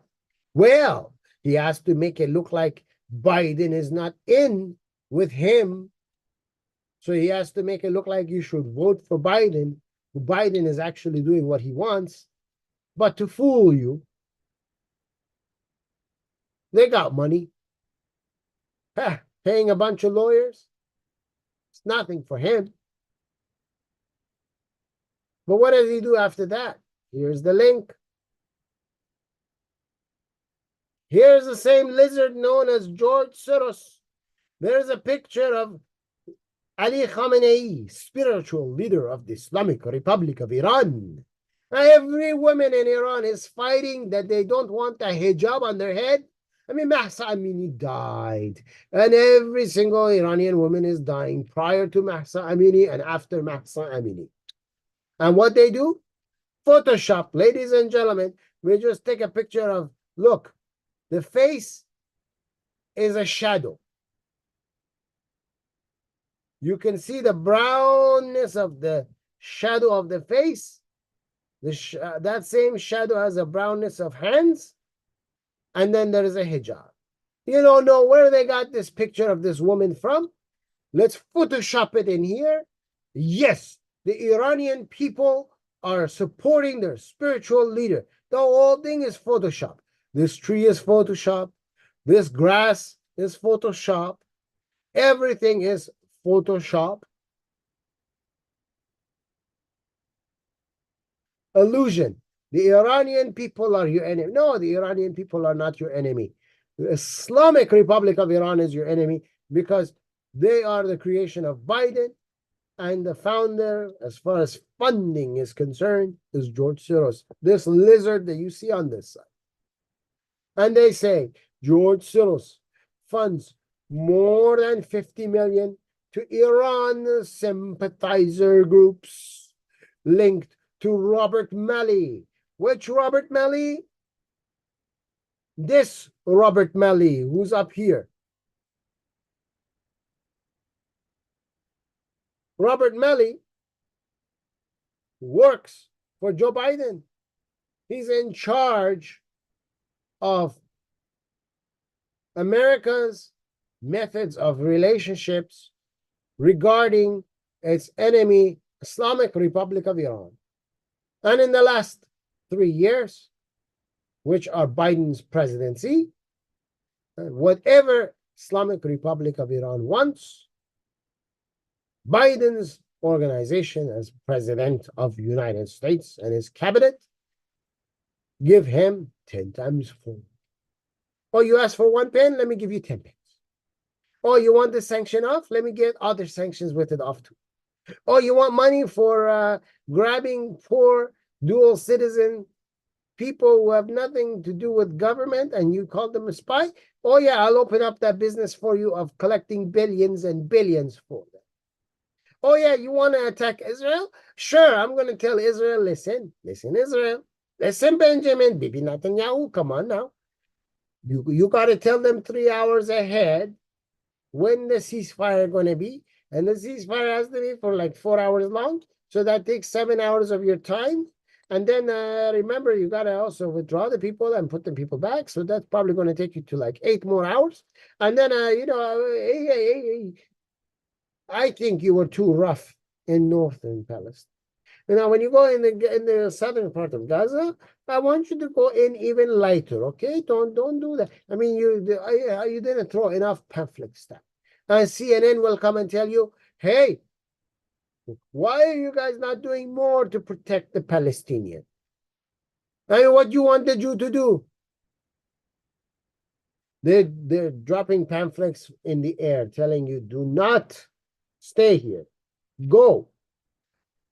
They're sending you text message. By the way, the service for your cell phone, I mean, the company is not Palestinian. This cell phone of yours over there, your service comes from Israel. So you have free service. And they're texting you, like how we have a national texting that goes on here in the United States. The Israel test gives a text to all these Palestinians. Get the hell out of this area. We're going to bomb it. And the Palestinians still sit there. Then they come along and they shoot blasts at the building that don't destroy the building, but tap it loudly so that people inside will know this is the place it's going to get bombed. And they say it to you. And then they go away so that they don't get damaged by a bombing. And Palestinians still sitting there. And what you want them to do? Come and break down the house of every single person, twist their arm, grab them by the back of the neck, and toss them out of the buildings before they bomb? And what you want them to do? You tell me. What great idea do you have? I mean, they even created a corridor. They say, go over here. We're not bombing over there. I know the Palestinians want to sit there. What you want them to do? But CNN will tell you that. CNN will tell you, oh, they don't have electricity. Yeah, they didn't have electricity for 2 days. And then Israel provided electricity free again. I mean, didn't you see when the hostage release was going on?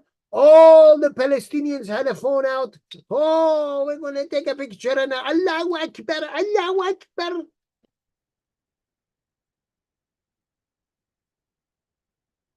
What happened? I thought they didn't have electricity. How they charge the phone? How are they all making selfies every day, running around? Oh, they take a little doll in their hand. Go to my Telegram and you will see. The doll has blue eyes. You can tell 100% it's plastic. First, the mother takes it. Then the father takes it. And you got a group of people sitting around, children and adults, and everyone looks sad. Oh, they killed the doll. And they can take a video on their phone. Where they get the charge for that phone? With the general public, they don't know nothing. They're kept in the dark. And this is coming Again, from New York Times. There's the link for it. But I will correct it. This 50 million is going to the Islamic Republic of Iran sympathizers, not Iran. You see, there is Iran and there is Islamic Republic of Iran. Iran are the Iranian people, and then there is the government, which is made out of Arabs, and they're not Iranian, and they are the Islamic Republic of Iran, the ones that commit genocide for the last 44 years plus on us Iranians. George Soros doesn't want to support us. George Soros supported Islamic Republic of Iran, who came in and dismantled and destroyed the lives of 88 plus Iranians inside Iran and the lives of over 10 million outside of Iran. There's your next link. According to America's military, Iran has attacked U.S. troops 83 times since Biden became president. Remember that number, 83 times. The U.S. military was unable to provide information on how often Iran attacked U.S. troops during the previous administration. And then we get the great Christian Prince. He's fantastic when it comes to giving you knowledge about Islam and how dismantling Islam is easy. But then Christian Prince studied as an Arab in an Arab school in an Arab country, and he was dismantled brain-wise as an Arab when it came to history. So Christian Prince, as great as you are, dead wrong.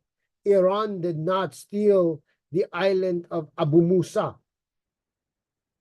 In fact, I have the map that proves it, that back until 1749, the whole eastern side of Saudi Arabia, Yemen, Oman, Bahrain, UAE, Kuwait, and half of today's whole western side of Pakistan and portions of modern-day Afghanistan were all part of Iran, including all the islands in the Persian Gulf. And there was also no Arab Sea. It was also the Persian Sea. There were no Arabs on any side of this body of water in order for them to have a claim to the Persian Gulf or the Persian Sea. It was the British who took these pieces off, and after World War II, they decided to sit down with the French and carve the whole Middle East and make them new nations. They are all lands of Iran that have been stolen away and reoccupied by Arab Muslims.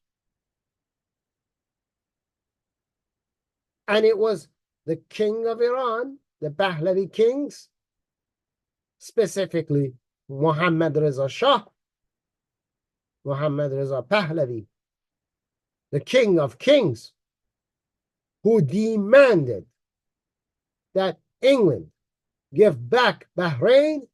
And because England did not want to give Bahrain back, they decided to give us back 4 islands, the islands of Kish, Abu Musa, and a few more. So we didn't steal it. And the United Nations backed that agreement. We got back a little bit of our land. Just a little bit. When you consider how much more of it they're still occupying. Christian Prince, learn something before you talk. You tell that to others. I say that to you too. Learn before you talk. Don't just say, this is my opinion. Opinions don't matter today. Reality and facts matter. And back to this 83 attacks. Ladies and gentlemen, I know today's program goes long, but it's okay. The Persian one went long too. That's why we're giving you your own day. This was published by Jeff Skugel on March 28, 2023. March comes long before October the 7th, when Hamas attacked Israel. That came later. This 83 attacks are before. The previous administration, Christian Prince, you say that Donald Trump is a potato. He didn't do nothing. Let me tell you what Donald J. Trump did. You say Iran hit a drone that costs $1 billion during the time of Donald J. Trump, and Donald J. Trump did nothing. No! Donald Trump made kebab out of General Soleimani. Kebabbed him. The man who is one of the big generals behind the genocide of millions of Iranians inside Iran, and hundreds of thousands of Arabs in Syria, Iraq, Lebanon, Palestine, Yemen.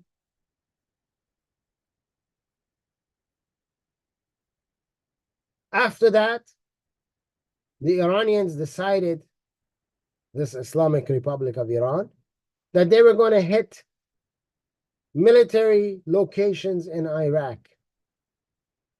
And Donald J. Trump answered it. He said, if we kill one American, he will attack 52 influential, important sites in Iran, one of them being the compounds of the spiritual leader of the Islamic Republic of Iran, Sayyid Ali Khamenei. And the Islamic Republic of Iran said, we're going to get a revenge. You killed Qasem Soleimani. And what they do? They blew up a Ukrainian plane filled with Iranians in it, who had dual citizenships with Canada. And Justin Trudeau went and shook hands with the Islamic Republic of Iran and said, you did a great job. You killed these people. Good for you. Good for you. Good for you. It was Justin Trudeau that was the little potato in here, not Donald J. Trump. What, they shot at some embassy, and all of the rockets that they shot out of Kurdistan, which is also Iranian land, by the way. I mean, the whole Kurdish language is 95% the same as the official language of all Iranians, which is Farsi. Their flag is the same color. They have even the sun in the middle, and the official flag of Iran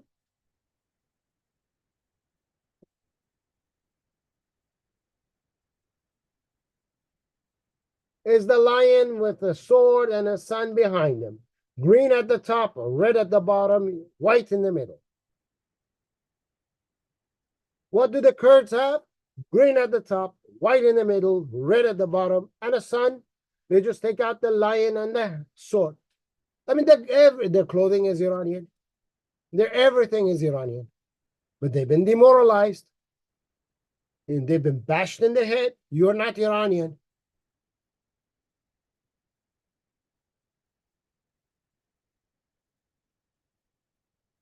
No, they are Iranian. From Kurdistan of Iraq, they were shooting. Where did the rockets fall? Did they kill one American? No. All of them fell in the alleyways, killing the little lizards that are over there. The chameleons and the salamanders, they killed a bunch of salamanders. Huh? 83 times they attacked during Biden, before October 7th. Now, I have another link down here from Fox News. U.S. Embassy Baghdad struck by mortar fire. Early morning attack. This is what it says, ladies and gentlemen. The U.S. Embassy in Baghdad struck by mortar fire in early morning attack. The U.S. military says a total of 78 attacks have been carried out against United States facilities over the past 37 weeks. 41 of them is in Iraq, and the rest, or 31 in Iraq, 41 in Syria. When was this published? December the 8th. That means you add 78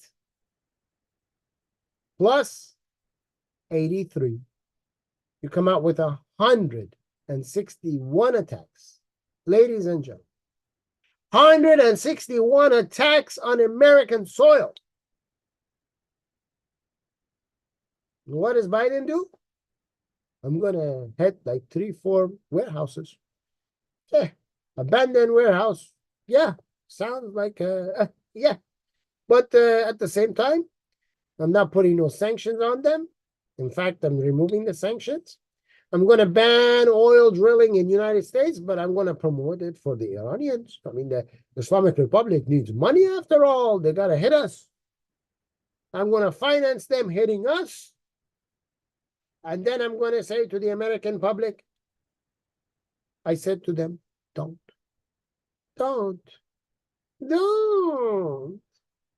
As if now saying don't 3 times like you're some kind of a jello is really going to scare the Islamic Republic of Iran, man. I mean, Biden said don't. I mean, the guy doesn't even know how to get off a stage. He goes on a stage, he doesn't know, he's lost.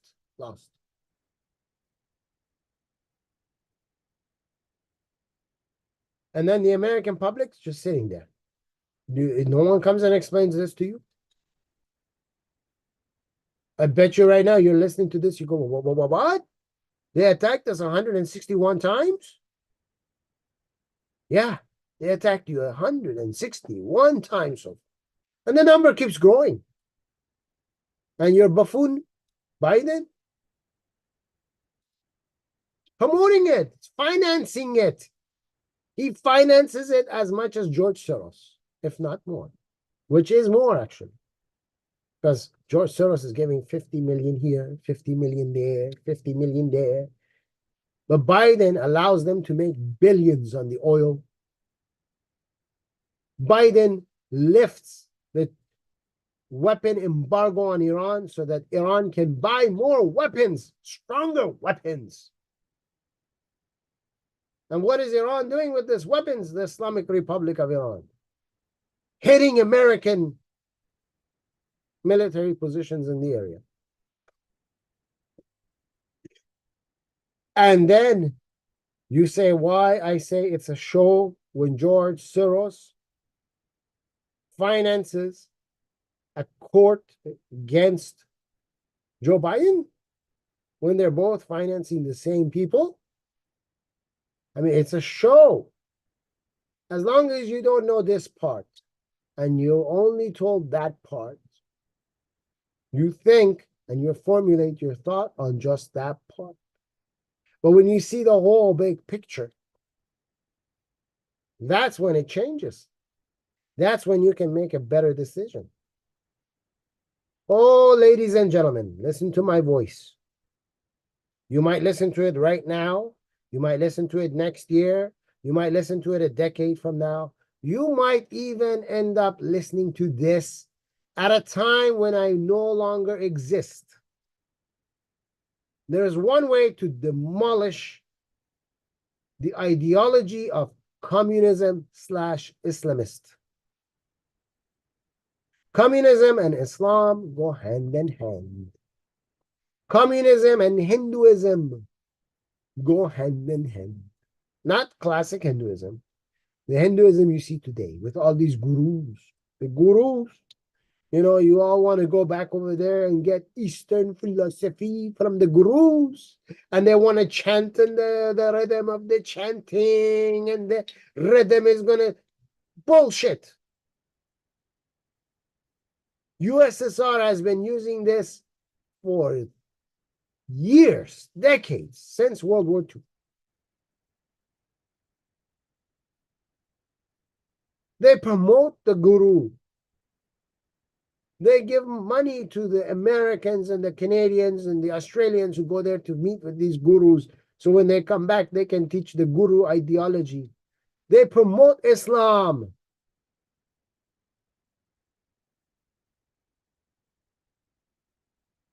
Putin invites Hamas to go to Putin, to Russia to meet with him. Why they do that? I mean, Islam uses the same demoralization. When you are trying to sing the Quran, you try to do it in a sound that's very sad, and then raise the voice and bring it down, and raise it again and bring it down, and raise it again and bring it down. It's all designed to make the person feel sad. As long as you keep him sad, you're going to give him mental problems. That person is going to come out feeling weak, feeling like he has no chance, feeling like he's defeated. And then he worships a fake God that can't answer any prayers. And he'll worship and pray and ask, and his whole life will eventually one day flash in front of him, and he'll see himself and he'll say, man, I've been doing this for 80 years and I got nowhere. But it's too late. He's 80 now. What is he going to do now? He has to look forward to his grave. Same with the chants. Forget about the world. All we got to do is chant, and the rhythm will make the energy vibrate. And no, it won't do shit. All this vibration does nothing. The only way to demolish communism and Islamists is by faith in the real God, the Almighty God. Jesus is the path. You want to break them down? It's Jesus. Why? Because Jesus builds you up. Jesus is the God that came in human form to show you his might.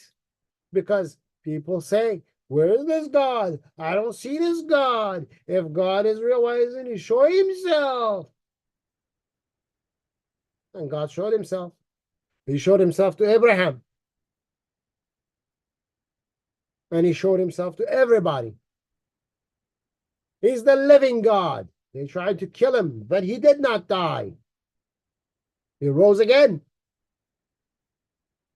And he's the one who forgives you, provided you don't deliberately keep going out to make sin.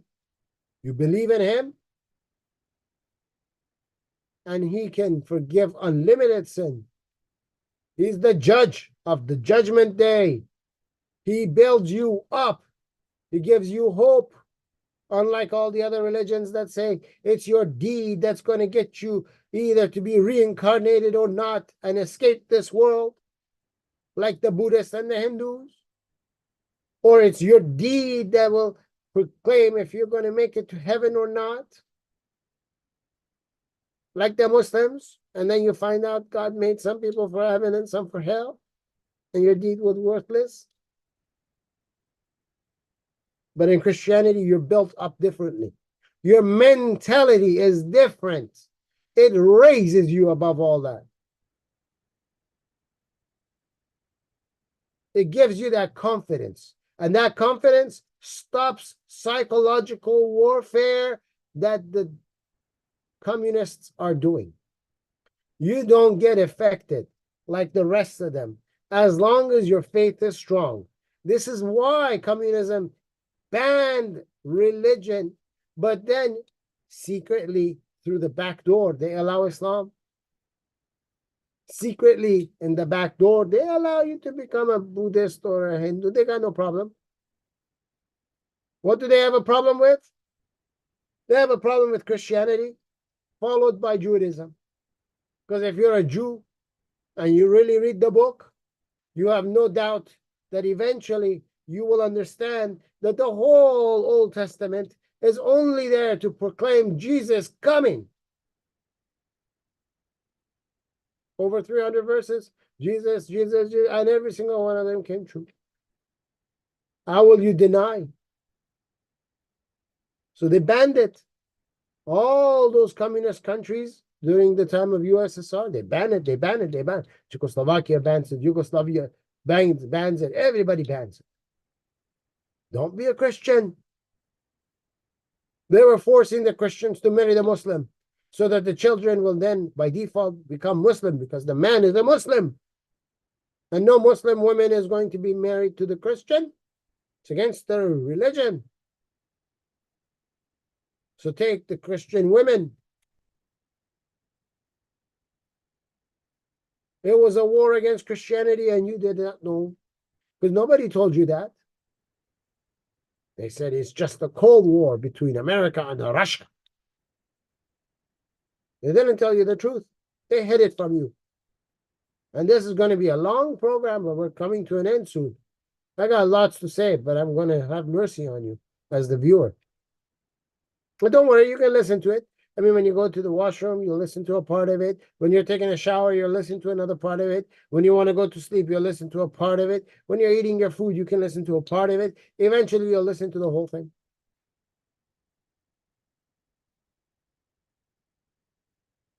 Christianity is the way to destroy communism. Christianity is the way to destroy Islam.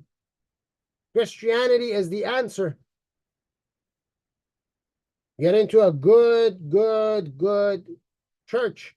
A church that emphasizes on teaching what is in the Bible. Read it at home. Write down your questions. Don't go to a prosperity church, Lakeview, and crap like that. No.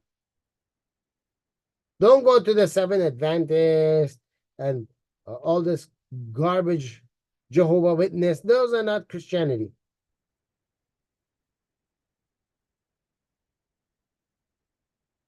Go to a real church. Get the foundation strong. That foundation will build your mind. It's not about just becoming a Christian. It's about what that is going to do for your mind. And that is your proof. That which saves your mind saves you. It saves you here in this world, and it gives you Savior in the next. But no reverend, pastor, bishop, father wants to tell you that. Huh? They will not give you the lecture I just gave you. First, it's too long. Second, they would be out of line. Third, they're going to say to you some mumble jumble garbage like, we are all children of Abraham, but we're not. The Arabs are the children of Amalek, and Amalek are not the children of Abraham. And the Amalek have been going to war against the children of Abraham for thousands of years. Muhammad is not from Abraham. According to the Quran, the holy book, Muhammad did not have faith, which means he did not know the prophets of the Abrahamic religion. If he knew them, he would have had faith. He's in the dark. But they've taught you that. These are, all of them are the family of Abraham. Bullshit. This is shenanigans. They're pulling a wool over your head. Don't fall for these things. You got to really study it. When you study, You will know. When you study that Bible, you'll know who the Amalek are. But if you haven't studied, you don't know. And they mess with your mind. They tell you what they want you to know, and it's fake. And unfortunately, the whole world's falling under it because the whole world does not have the faith. They don't have the foundation. Republicans are smart. When they cheated Donald Trump, more people started going to church. Their foundations in Christianity became stronger. And they've lasted. No matter how much pressure is put on them, they hold their head high because it doesn't affect them. They know they will win. They know they will be saved. They know they are free. Communism wants you to be a slave. Islam wants you to be a slave. But in Christianity, you know you are free. And that's why it's the answer. It's the antidote. Believe me, I know for a fact. I used to be a Muslim, and I'm a Christian now. I know for a fact what I'm saying. I've studied these things. I know the ins and the outs. I lived here close to 40 years. I've seen the Democrats. I've seen the liberals. I've seen the new Democrats and the liberals. I've seen all of the garbages. And I know what I'm talking. All this independence and the green group in Canada and all that crap. Don't fall for it. Socialism is the same thing as communism. They just paint it different. Like you have navy blue and you have light blue. At the end of the day, they're both blue.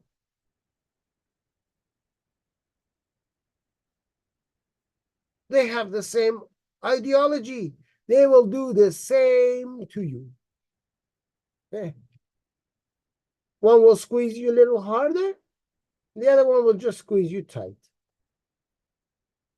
At the end of the day, you'll eventually choke out.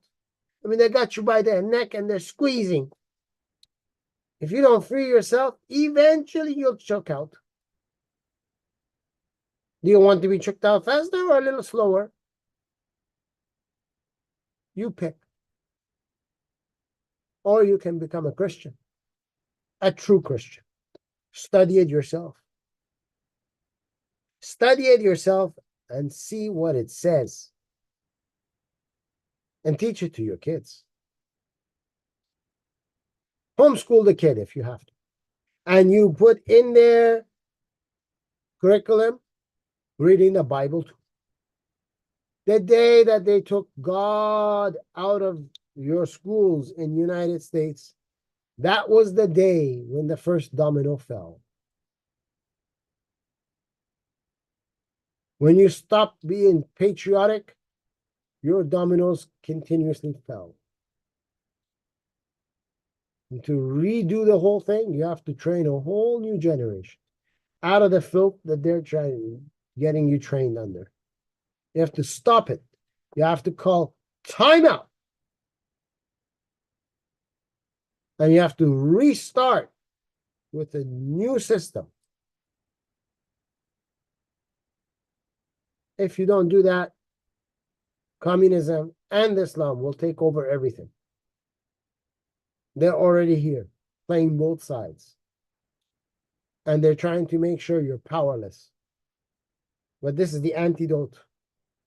And right now, you're still in a position in America where you can take advantage of the antidote.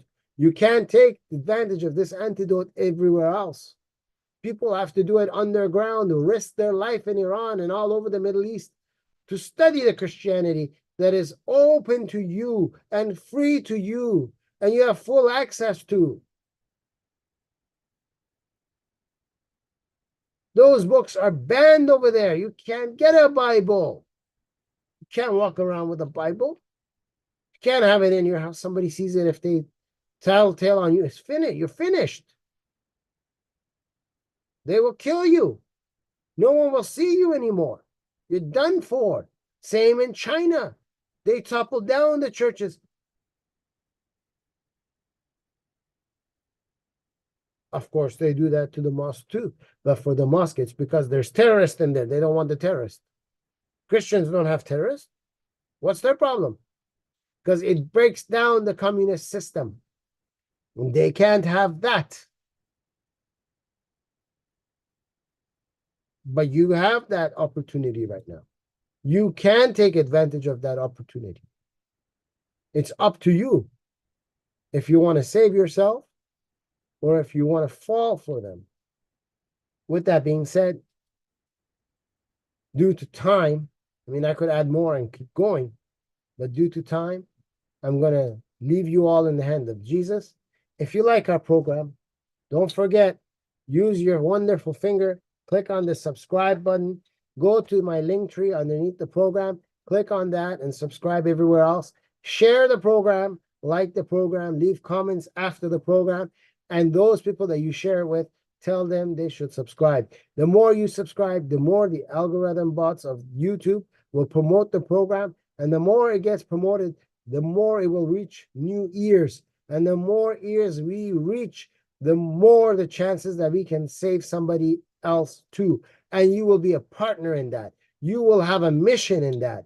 And you will get that reward from Jesus for doing what you just did. It might be just one button, but that one button helps every single program we do from that button onwards. And you're a partner in that. You share in the goodness of spreading and preaching the word. Until next week, I leave you in the hands of Jesus. May God